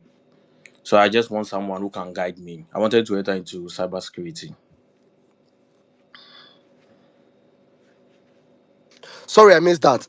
SK, you might have to take over because I want to drive now. But I missed that. Can you say that again, please? I'm saying I wanted to enter into Oh, cybersecurity. cybersecurity, great, great. Yeah, So that means you have an idea of what it is you want to do. Then you cannot get yeah, somebody that can mentor you in cybersecurity. So that way yeah, you can narrow down. Then you can now check for support of people that are currently in cybersecurity. You know what I mean? So that's yeah. how to go about it. Okay, okay, okay. All right. All right, So I thank want you, to know our if maybe there Ghanaian is brother. someone here, if who can help me. So wait, did you which Yeah, part of tech did you say I you want can to? help Did you, you say? guy. You can send me a DM. I do other type of things, but I've got within my team, I've got folks who are in cybersecurity as well. So Okay. I've got people that I mentor, so I can as well link you up and you join some of them since you're already leaving the university. Something. Okay, Yeah. okay, sure. Thank you. Okay, Okay, that's thank fine. you, Thank you. thank you. Alternatively, I wanted to suggest Iriti. Okay, one second. I've not even been checking my DM. A lot of messages have been coming through. But anyways, I'll Yeah, respond to the DMs in a bit. you can also follow her as well. Follow who? Dr. Iretiola Yeah, Akerele. yeah, She's yeah. the That's the person I said yes. partner. So, Yeah. our Ghanaian brother, please follow. Just search for. Let me even. What's her handle? See. Yeah, IRETWEH at IRETWEH. When you go to our DM, just say up Chelsea and then say what you want to say. That up Okay. Chelsea will catch our attention. If you say Okay. up Arsenal, you will not get a response. Okay. All right. Because are you an Arsenal fan? Oh, you're a No, a Chelsea Chelsea fan. fan. Yeah. The conversation will be smooth. Just tell her up Chelsea. Tell her Chelsea will qualify for Champions League. And then you guys can start from there. Okay. All right. All Okay. right, Thank you thank you. very much. Thank you, Charlie. Thank you, Charlie. Charlie, Charlie. Yemi Posh. Yemi Posh, are you there? Okay, Yemi Posh is Hello, not. I'm here. I'm here. Sorry, Okay. I was driving out to park. Okay, so good evening, everyone. So I just want to clarify something about the new developments. Now we're talking about IT. Now, my first son is going to uni in September. We are paying for pocket, so it's a lot of money. So I want to clarify from the tech guys that between software development and cybersecurity, which one is like once it's finishing today, is getting a job? The way the market is right now, and with the whole immigration wahala, you get what I mean? For someone paying, we're paying close to £13,000 per year, and times three. That's a lot of money. So we want him to do a course that as soon as he's finished, even before he finished, there's an offer waiting for him. I don't know from experience for those from those that have been. Can you hear me? Yeah, Hello, thereabouts. Yeah, I think hello. we can hear you. You're asking about your son. I think you're comparing two types of this thing between Oh, two. can you hear me? Hello. Hey God. Oh, oh, can you We hear can We me? hear can you hear Or now. you. like We can hear you. We can hear you. okay, so I want to clarify between cybersecurity and software development. Which one is Gosh. a very lucrative course that once it This one pass my power. I'm not into tech. Oh. The tech Yeah. people can answer Can the I question. answer? Can I answer Yeah, her? yeah. yes, please. All right. With cybersecurity, when he finishes, um he would need to do some certifications and he would need to pass certain exams, and which are also sometimes renewable. You would also often have to um write those exams to renew your ability to work as a cybersecurity. And cybersecurity will pay you a lot more than software engineering will pay you. But software engineering is a very perfect. It will not like it's a lot more in that thing because software engineering is a very perfect and easy route for him to get his foot in. And meanwhile, you can't actually do cybersecurity in some regards without some shell of software engineering. So if you're very relaxed and you want a situation he will finish, then he will get easy. That you want him to be able to get in quicker, as quick as possible. Not facing other hurdles like going to write some certification exam in order to practice. Software engineering will be a good destiny for him, but if you have the patience for him to do all those certifications and all of that, cybersecurity is a good decision. And it all depends on the individual, how good is this person? Because in all of this stuff, you just have to say how good is the individual. If you're very good, you can always get your foot in as little as possible, as fast as possible. But software engineering, like you can be a JavaScript programmer, you get up to as a good JavaScript programmer, as a junior level, at least you can start up to like 50, 60,000 as a good JavaScript full stack programmer. But yeah, Oh, Cyber security can give you that money as well, junior level and all of that. So if you're so money conscious, you can go to Glassdoor and just look at the average salaries for some of these things in the UK. But if it has to We're do money with conscious, so because we are okay, investing, this is a lot of money to invest. yeah, We don't have the ILR yet, but by the time it finishes, if because I'm on global talent, so okay. we're supposed to if this whole new something I think the best thing is to doesn't get your. affect us, as I think the best thing is to get your son supposed to to get talk to. the If you can ILR hear by me, next time. if you So, can but hear because me, we are still on the visa, we are paying the normal fee. if you can hear me, the best thing is to get your son to talk to a professional. Then after a professional evaluates him, it will be a lot better. I can easily tell you the direction he would tend towards better. Because is he already doing cyber security? Which is he already doing right now? You said he's going to graduate because which is he already Yeah, doing right now? Is he already doing cyber security or is he already I doing can software engineering? hear you.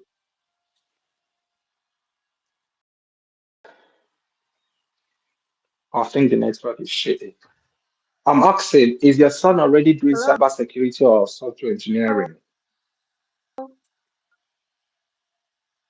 Okay, the Madam Yemi Posh, I don't know if you can hear us, but I think your network is fluctuating. It's um very slow. You're not getting the messages on time and you're responding late. So I don't know, maybe just come out of your Twitter account and then log back in to see if that's gonna solve the problem. Thank you for that. Okay, I'll So do that. let's pass the mic. Thank Yeah, you. let's pass the mic to Mahmoud. Mahmoud, are you there? Okay, Mahmoud is not there. Who's next on the Shegun, are you there? Yeah. Hi. Thanks, XK. I just wanted to respond to EME rights concerning her son. I'm into cybersecurity actually, and what I want to say is for such advice that she's needing, I'll just tell her that there's a lot of Wait, apprenticeship. sir. I don't know if she's here, so that you will not be speaking inside this thing. But it doesn't matter. Maybe somebody else will benefit I'm from it. here. Oh, Just I'm carry on. here. Oh, I'm here. Oh, I'm So hearing. Okay. can you hear what they are I'm saying, right? hearing. Okay, all right, then I carry on, can carry hear on. you. Just that you're not hearing me, but I can hear you loud and clear. So yeah. The advice I want to give you for your son is I'd advise you to tell him to look for a lot apprenticeship roles now. It's going to help him to get the job out there. For example, cybersecurity needs a lot of experience, and let nobody lie to you.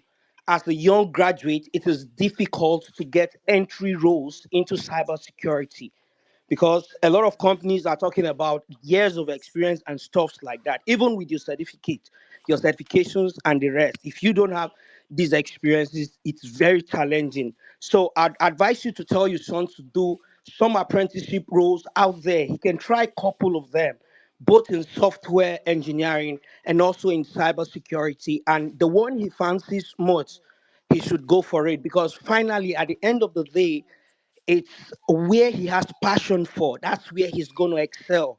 It's not about the money.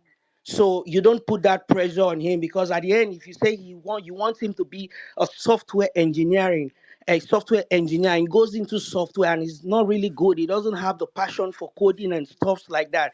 He's just going to get stuck along the line. Do you understand? Because even in cybersecurity, it's quite massive.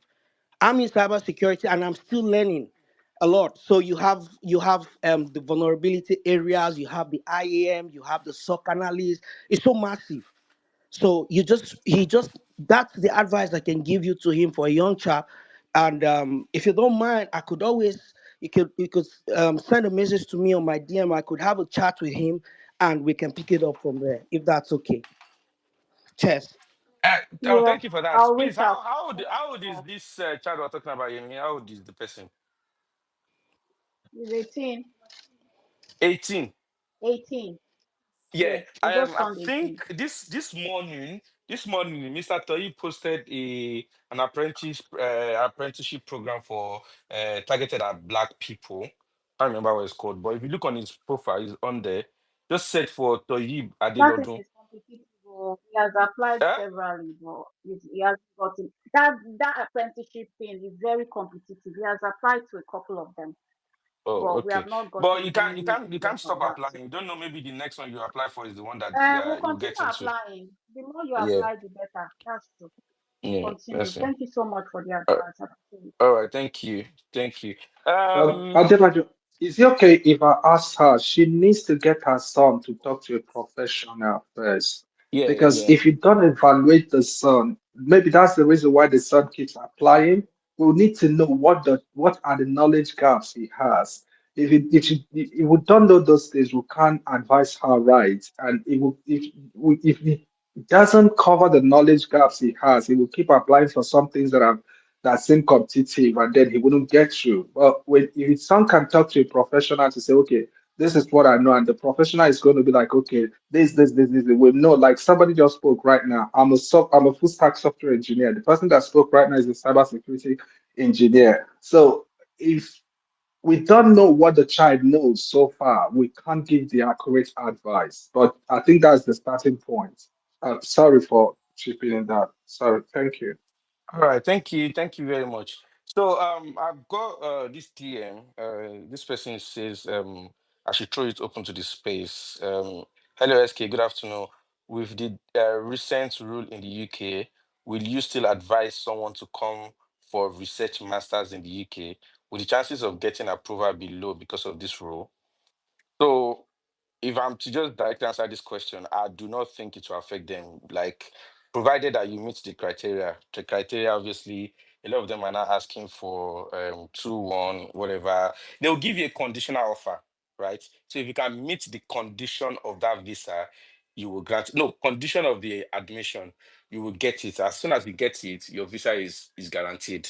Now, when you come in, when you get your visa and you come in, then if the new visa rule has been implemented when you come in, then it means that you will now be affected by the new visa rules. But as at now, it's not been put into effect yet. But how this will affect your MRS application, I don't see it affecting it, provided you come in before then. I hope that answers the question. Um, who's next? I think we've got Toba Adekolure. Toba, are you Okay. there? Yeah, I'm here. Good morning.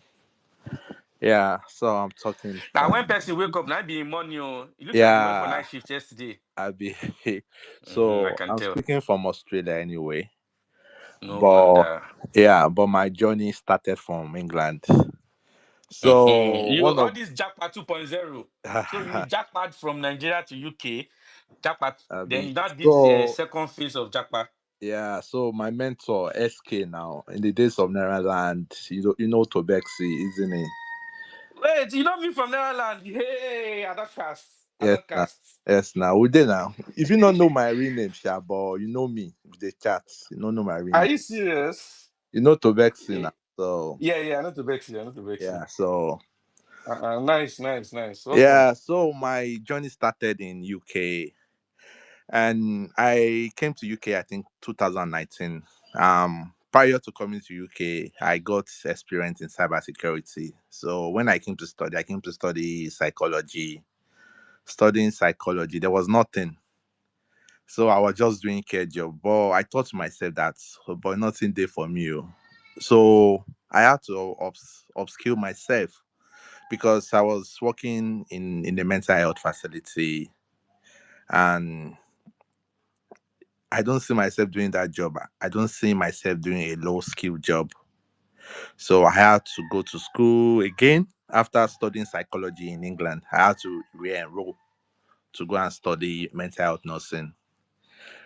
Actually, that was not my thing, but I did it because the main goal is paper.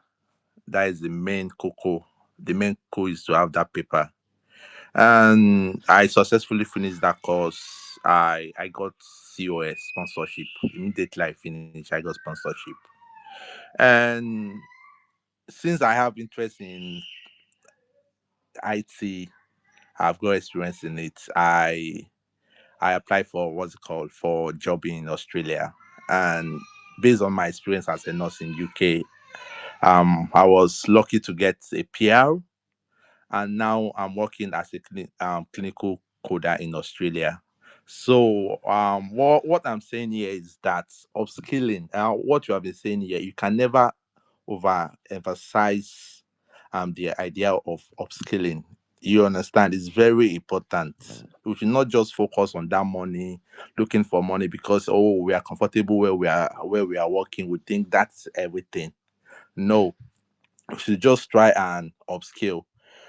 In responding to Demilade says something that that he wants to go to school, but he thinks he has got family that he won't be able to do it. Don't let that be a barrier to you. If you want to do something, go for it. Just go for it. Don't let family be a barrier to you. Anything you want to achieve in this life, you can achieve it. As far you create the time, um you have that intent in you, it's going to work out for you because I've done it, and I believe anyone could do what I did because it was not easy. After studying psychology, paying like I was paying 15,000 yearly for 2 years. I paid 30,000. I still went back to go and study nursing for 2 years. I was paying 18,000.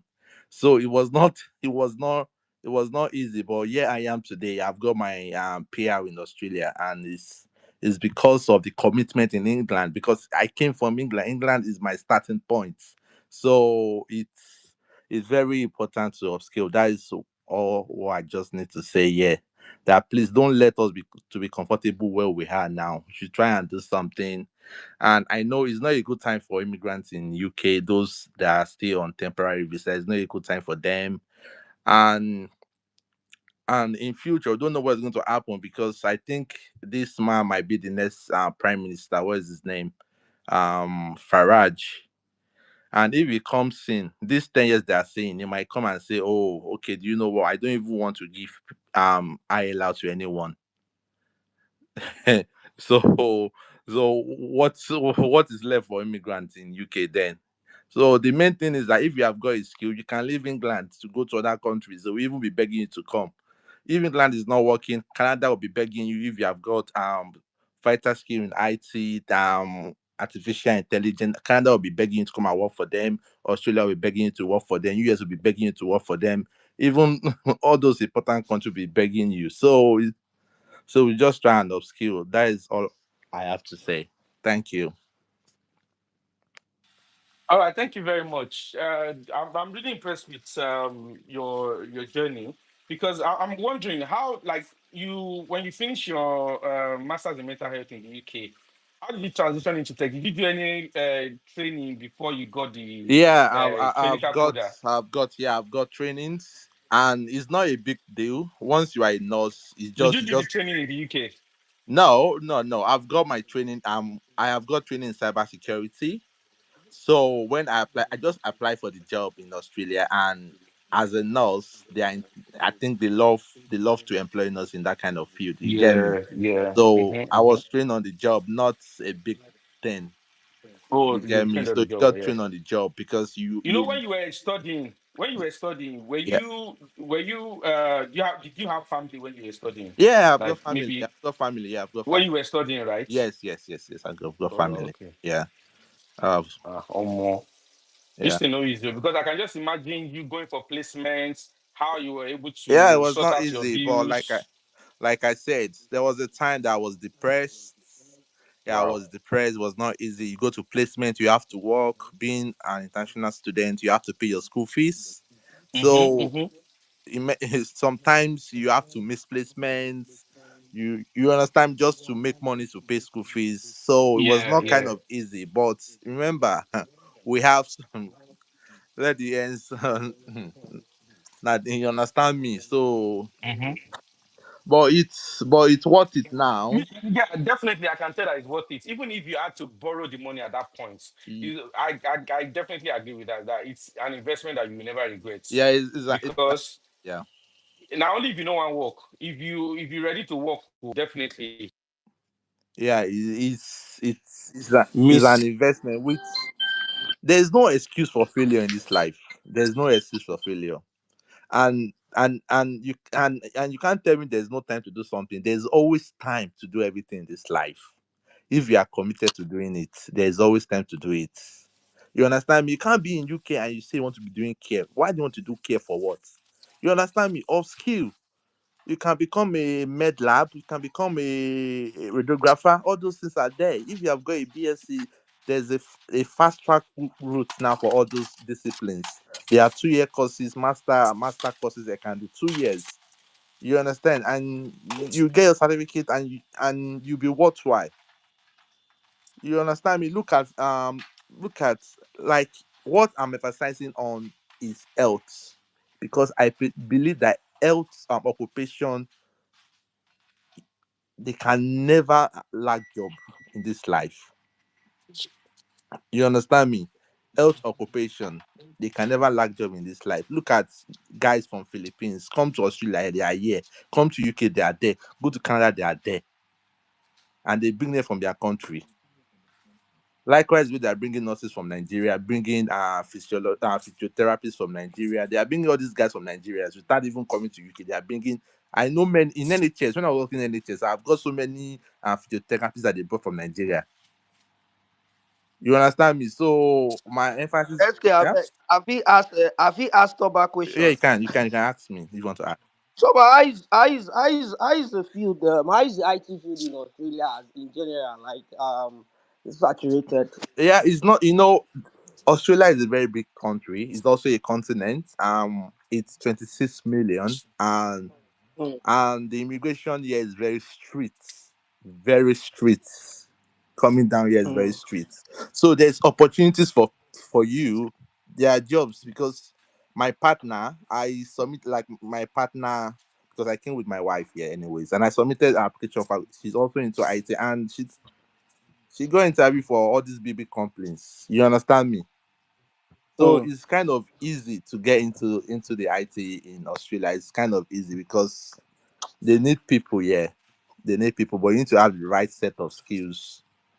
You get me? No, we get you. We get you. No problem. I just said for the benefit of a lot of people Yeah, maybe you need interested you in need the us. qualifications. Bros, our umbilical cord dey UK. No worry. We No, die no, here. you Not can. sleep Everybody there. can. Now here they No, bury it's not that our you can placenta. explore. It's not that biological code. SK, you say You what? can explore I said now UK they everywhere. bury our placenta. My brother, I love the phrase that you use that home is anywhere you call home. This is my home. And We, yeah. honestly, we're working towards it. We will get there definitely. Most definitely. Please, my own is we shouldn't be scared. Let's just keep. There are a lot of things take away in all this space that I've gotten today. Number one, let's upskill. Number two is don't limit yourself. Honestly, you can achieve whatever you set your mind to achieve, and which is key, and don't settle for less. That's just the truth. Don't settle for less. You can start from anywhere and start upskilling. I know when I came in, everybody was carrying me, and some guys they took me to go and do one job. I washed pan that day for my life. I said, since them born me, I've never done this kind of a job before. I was there swearing for myself, and I told myself, I said, bro, you must get the exact job you need, and I stick to it. I kept applying. I got rejections. I got so many rejections and the rest, but the time came and I got that right job I needed, which was like a starting point for me. So let's all just keep faith and don't let anything discourage anybody. Let's not be scared. Honestly, it's just a white paper, right? Until it becomes law, no problem. We'll keep pushing. Cheers, guys. Ah, thank you. What did I press? Okay.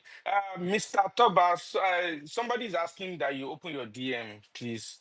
Yeah, open your DM. They probably have some questions to ask you. Um, Yeah, my DM is always open. I Os- don't lock my DM. where is that person? Message. Thank you. The next person, Deshawa. Deshawa, are you there? Yes, I am. Good afternoon, ma'am. Good af- Sorry, I didn't hear what you Can said. you?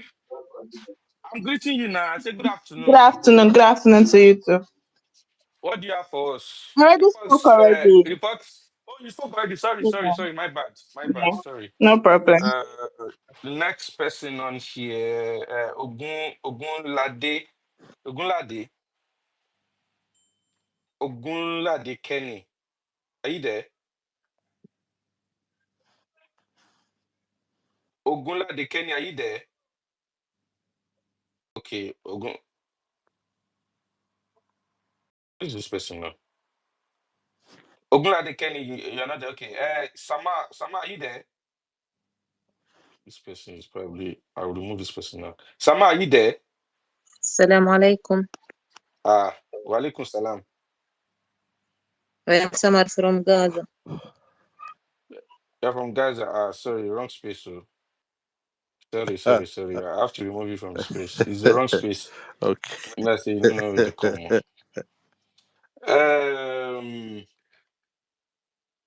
Oga UBA, now you dey owe our money. Now you carry our money for UBA. Now you see why it's not good to use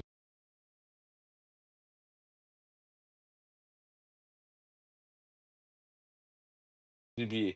See as this thing the road is their network the road. And so well, he did a conference today. If you look on the Jumbotron, just a summary of the major thing about the conference is there on the Jumbotron. It's about 3 minutes long video. And then the white document paper about proposed immigration policies that might be changing is also there on the Jumbotron. The major thing that we're talking about is the English language, how dependents might now be asked to come and prove that they can speak English. The I think the other one about settlements from 5 years, they're proposing 10 years. So this thing, right? This white paper documents, when it goes to the parliament to be discussed, I don't see anything that they will pose on there. Everything on there looks like it was thoroughly put together, and I'm not thinking there's anything that will bounce back from there. The other one, which I think might be a problem for them, they don't make it to the white paper document. It was speculations about Article 8. For those who don't know about Article 8 is basically just about human rights law, and that people have the right to their private life. That Article 8, if you know, you know. That Article 8 has been saving a lot of people when it comes to this immigration wala. So there were speculations about Article 8 was going to be disbanded from immigration laws and all of that, but unfortunately, it didn't make it to this white paper document. So, and because if you had made it to it, that would have been the bone in their flesh when it comes to approving the laws.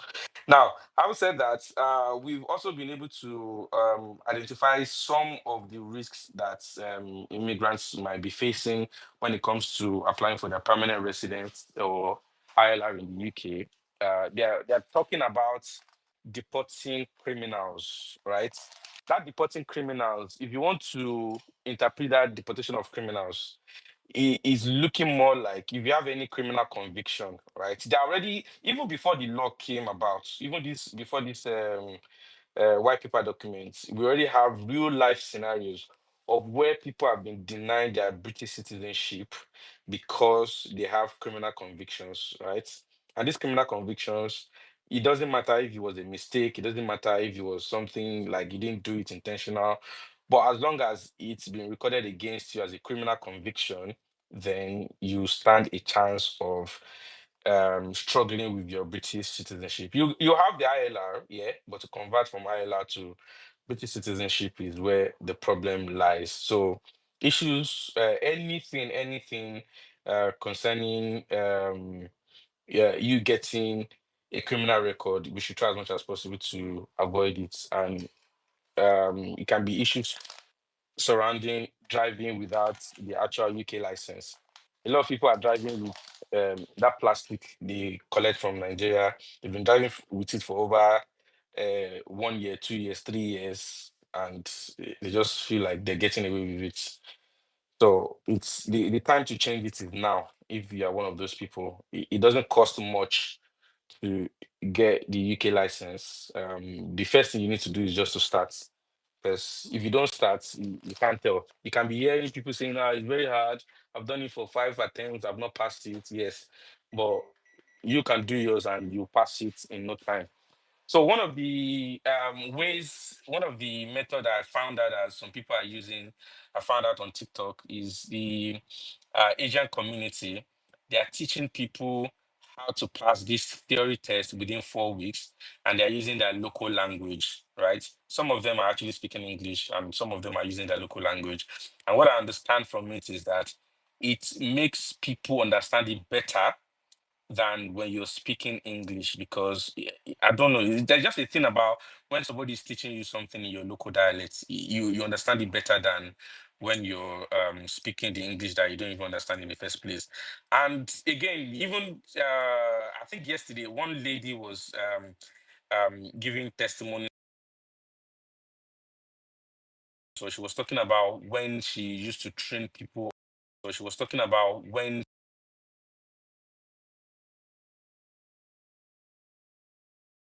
of where they're actually training those people and how they're carrying out those things. But this person said every time that they are training people, they usually pause the video, explain to them with Yoruba how to do it.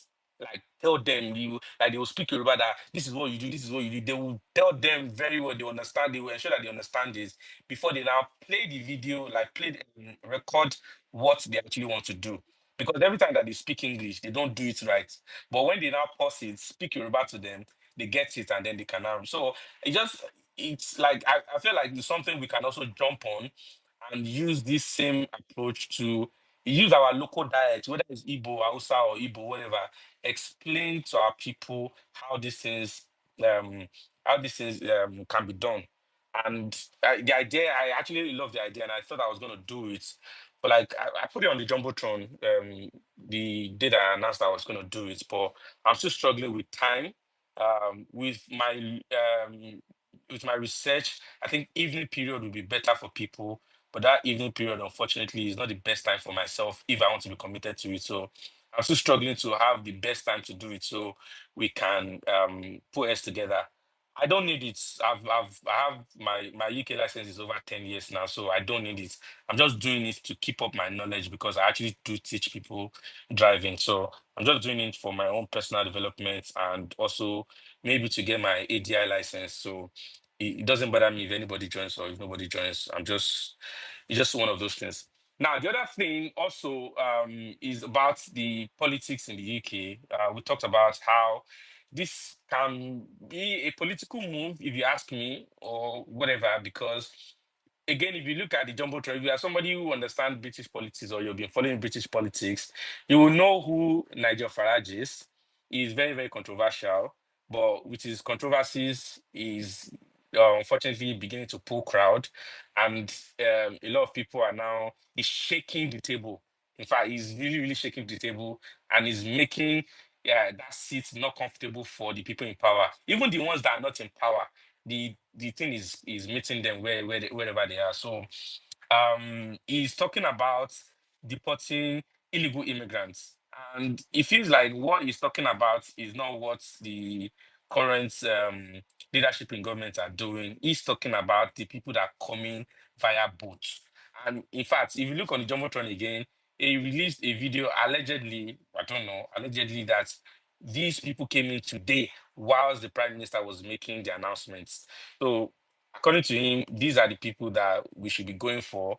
And my own argument is, yes, if you're leaving these people and the documents now, the white paper document is 90% or even the whole of the document is talking about people who are working legally in the UK and they're paying their taxes, but you're not saying anything about people that are coming by boat and will even be taken from the economy, then it begs a question that the allegations about the government's having a hand in it, it begs a question if that's true or not. So in general, people have been saying not to panic. If you are already in the system, just relax. It's not going to affect you as much as it will affect people that are just joining, people that are just coming into the system. So if you're already in the system, the advice, the admonition is that you should check how you can upskill yourself, whatever you're doing. See how you can do courses that will make you employable, that will make you have a skill that if you decide that you want to, if they decide that they want to release another visa category and they are interested in giving to only skilled workers, when we make skilled workers now, it will now be something like maybe at least a graduate level standard. Will you be qualified? So even if it's care you want to remain in your care, look at becoming a nurse, a registered nurse. There are ways that you can be a registered nurse. You can either go back to uni for like 2 years, do masters in mental health nursing or even adult nursing, whatever you want to do, or you can do the nurse apprenticeship where a trust will employ you and they will send you to uni. So you're working as a student nurse and you're also doing your normal shifts on the condition that you sign a contract to work for them 2 or 3 years after you graduate from uni. So that's another thing. Or again, do your MVQ level 3 and subsequently MVQ level 5. So the goal should be at least the barest minimum. Have a a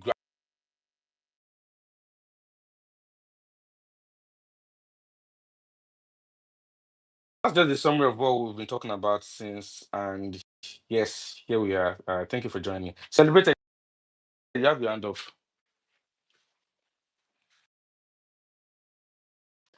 Celebrated, are you there?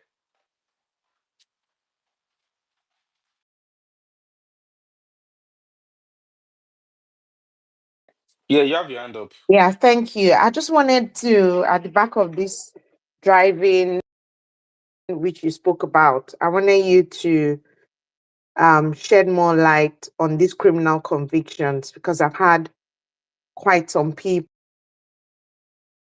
of violations will classify as criminal convictions and what types would not, and if possible, just help us understand why. You know, on content creators and ring light users can already envisage that they're already sitting there. Oh, the UK this, oh, the UK that. I mean, there's just something about us being so loud. And at the end of the day, you're so loud, it's not like you're adding value, you're only making things worse. Um, you know, just because of the rewards that comes with it. So please, I think share your thoughts with us on these criminal convictions which qualify as driving and what you think about these content creators as just from your views. Thank you. So the criminal conviction one, right? Anything that will make you have a criminal record. So if you're making any application, even if you have auto speeding, whatever, declare it, right? Just declare it for declaring sake. But they have categories. All those running red lights, all those this thing, they like in the grand scheme of things, they are very very minor, right? But the minority does not mean that they cannot turn around and say, we don't care. So far, you don't have a clean slate. then we want to consider you as a criminal. Nobody can tell about that one. I'm not sure about that. I'm not an expert in that field. But whatever application you're making is always good to, even before you make an application, it's always good to try as much as possible to avoid them. But some of these things are unavoidable. You mistake will happen, you get caught unaware and all of that, yes. But when it comes to the point where you are making an application, declare it. The minor ones, even the major ones. But the major oga patapata is there are some major sins, major crime that you know that this thing is avoidable. We should avoid it. It's just what me I'm preaching.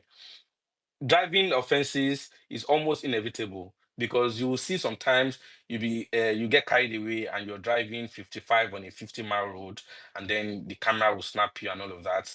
Those ones, they are very, very minor cases, which I think it should be forgivable. But if it will be forgivable, is not in my place to tell. I can't say on that. And about the ring lights one, this thing is a controversial topic.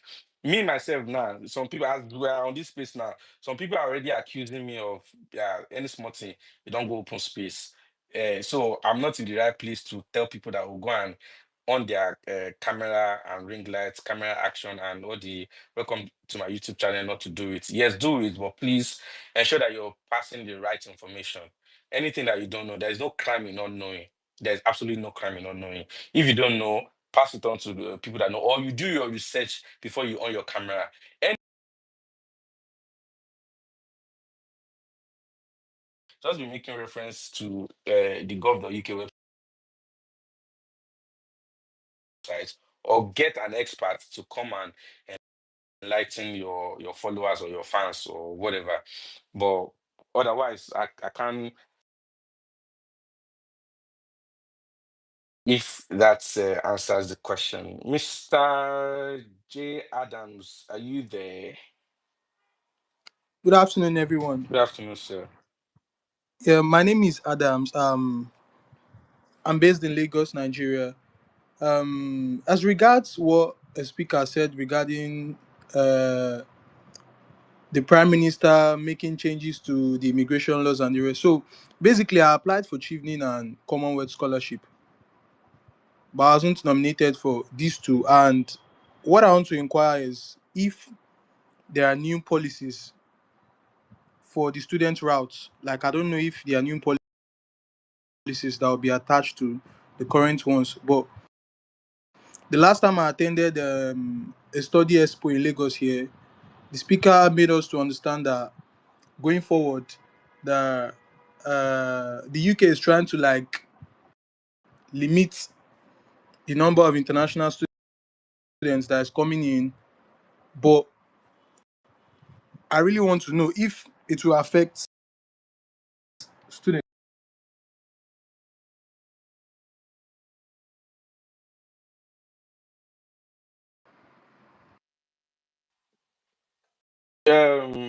Mr. Adams, so if you look on the Jumbotron, right, the white paper document has been summarized. It's just a couple of tweets, very, very like simple and easy to understand. Highlights what the whole thing is all about. If you're coming to the UK, since last year, I think a lot of changes has been made to um,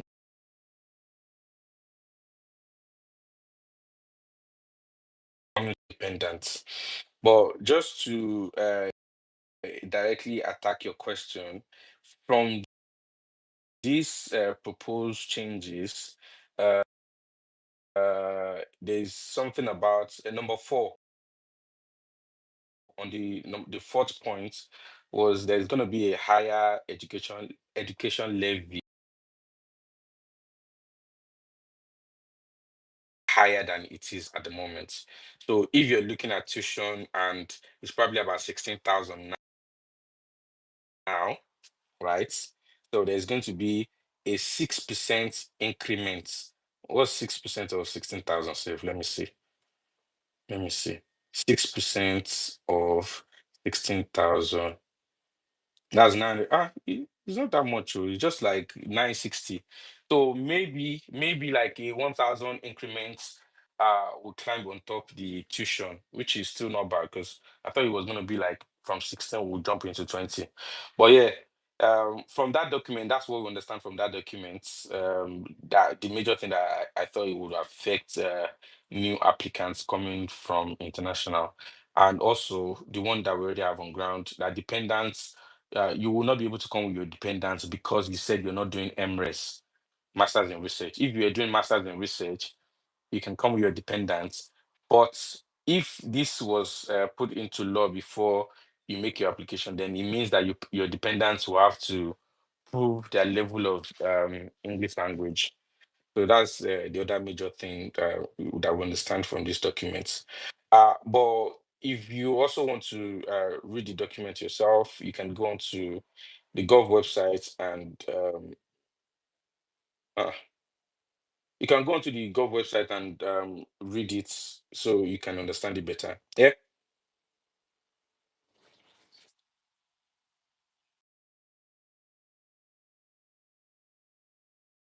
Okay, it's not there. Anyways, uh, uh,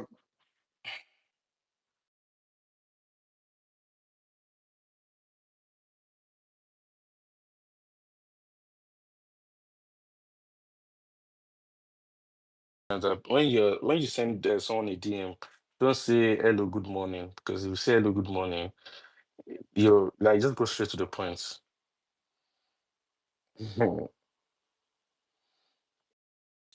Mr. Babatunde, are you there?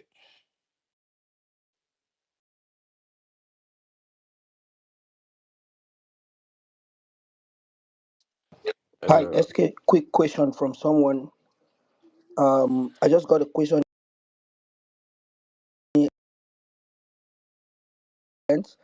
After graduation, does the 18-month applies to PhD students also? That the post-study work visa? yeah, yeah, yeah, I think it does now. Somebody who's doing a PhD, I would expect that even before they finish their PhD, they are looking for ways to um, apply directly to that uni where they did their PhD, if they can be sponsored and remain as a lecturer in that field. But yeah, but again, another thing is wherever we're doing, right, we should always try as much as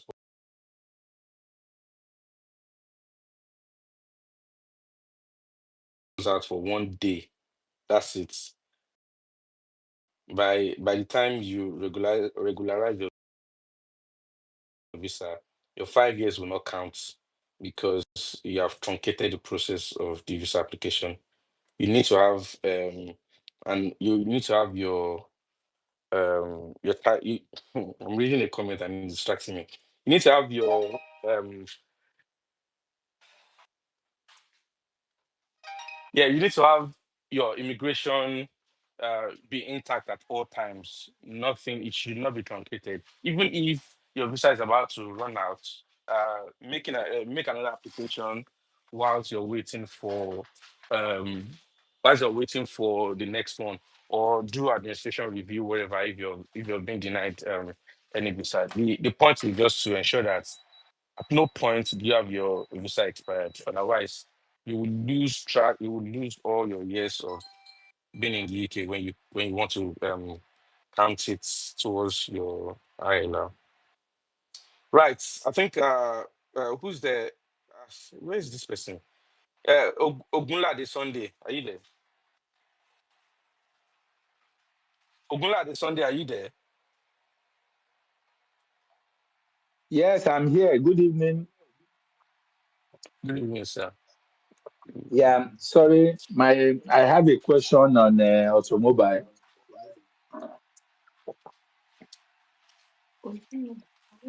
Hello. Fire on, sir. Fire on, sir. Okay, thank you. So I have a question on automobile. I'm an automobile person from Nigeria, and I'm now in the UK. But I've tried to. I actually have passion for the job, and currently I'm doing care. but I would like to go back. So I just need a guideline on how to go about it. I'm just less than 2 years in the UK.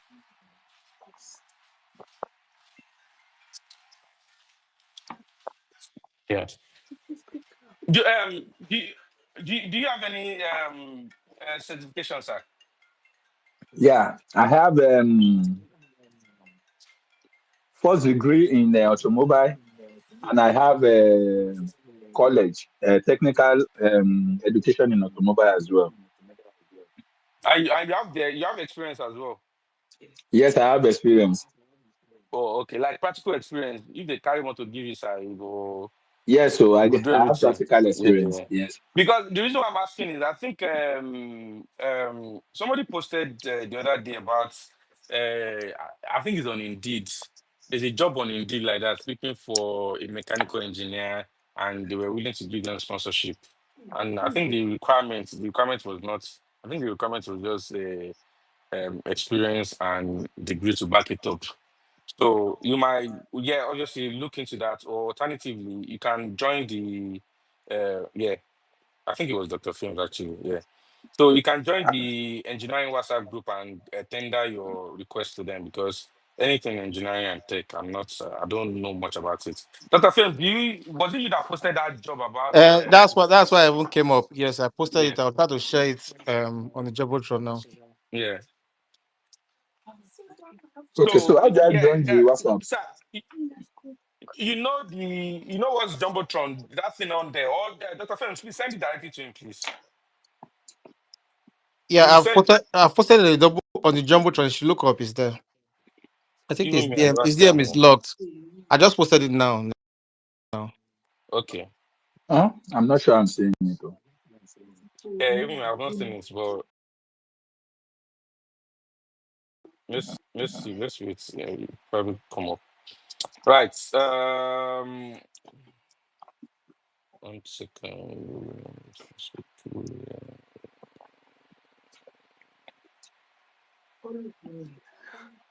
I'm not sure this person.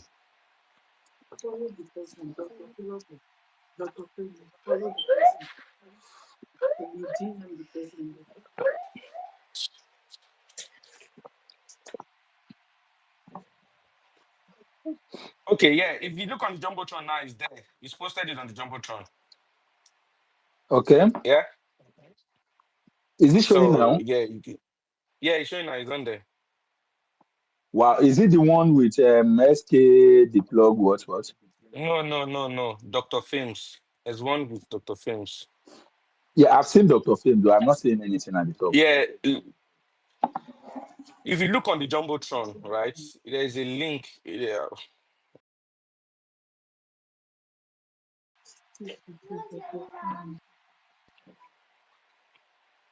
Flip your this thing. Flip all the notifications on the Jumbotron. You'll see it there, right? Okay, I've seen the All Dr. right. Things, but Yeah, I'm yeah. not That seeing the just click link. on it.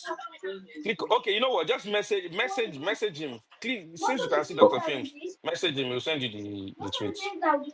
Okay. Thank you very Yeah. much. All right. Thank you, sir. Yeah. Sammy, are you there? Yeah, hi. Hello. Hi, SK. Sorry, I just wanted to ask you a question about something you just said, about making sure that your visa doesn't run out at any point, right? So what happens to the Mhm. people that had that 60 days thing? Does that also count?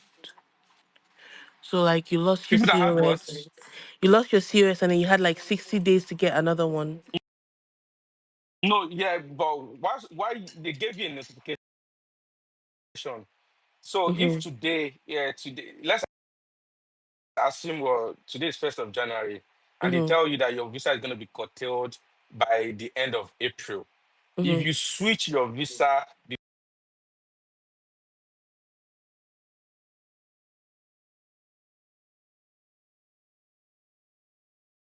on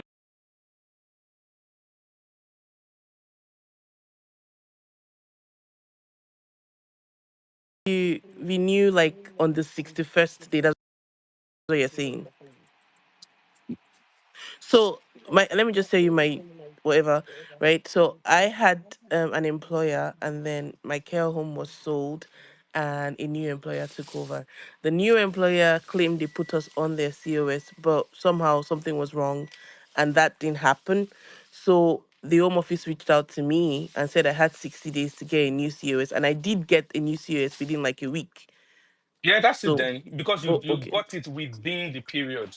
okay, If perfect, you get it after the 60 days when your visa has been curtailed, it means that right, you can get it, but it means that you cannot count those years or those months that you stayed in the UK, right, because it has you have truncated the process. perfect. Okay, thank you very So much. That's it's all. called continuous this thing, continuous residence.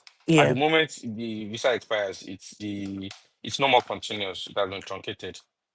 thank you very much. Thank you. Yeah, you're welcome. Uh, um, wait, um, where's that person?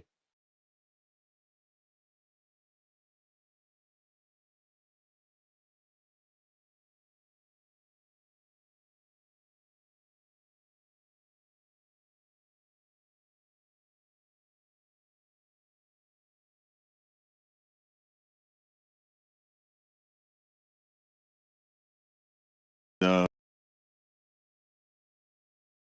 you guys have to. You guys are doing a good job. But I want to ask like two questions. Can you hear me?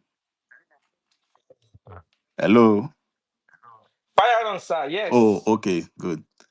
Um, First of all, I want to ask about this new law because currently, I'm on post-study work visa, post-study visa, and actually looking very soon. I'm going to be changing and switching because my workers are just my company are just trying to play this and that. So now they said they will do it before the end of the year, hopefully. So Excuse, sir. If I was you, I would not wait. I would not allow them. I would not wait the end of the year. I will mount pressure, because if this new policy, I don't want. I mean, I will not take risk, sir. I'll see how I can switch like ASAP. okay, so I just want to ask that if the new law comes to play in place, is it going to affect those that are inside, probably maybe those with that we are on I'm study sure work you're just visas? joining the space. I'm sure you're just joining the space, but we said this that it will not affect people that are already in. However, in your own case, if that law should be passed in like maybe around October, November, and then you want to make application in December, it will affect you Oh, because you are making an application after the law has been passed. oh, So that's why I said I will have, if I was you, me, I will make the application before they pass this law. okay. And Yeah. secondly, again, this Before your employer will even change their mind, because you know employers are now changing their minds, quoting the immigration that because of the uncertainties about the immigration law, unfortunately, we cannot proceed with your sponsorship and all of that. We've seen a lot of that. So me, I will not take any risk. okay. And secondly, again, and I want to ask this NHS review salary policy of a thing that they want to do because of the new salary threshold. Please, is it possible it's going to meet up to the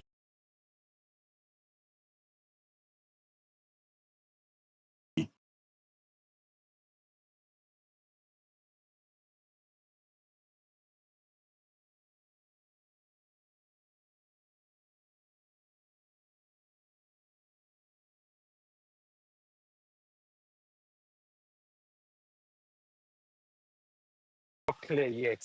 But even as far as it's not clear yet, if I was you, I'll be looking at upscaling. We've talked about yeah, upscaling, sure. like see how you can while you're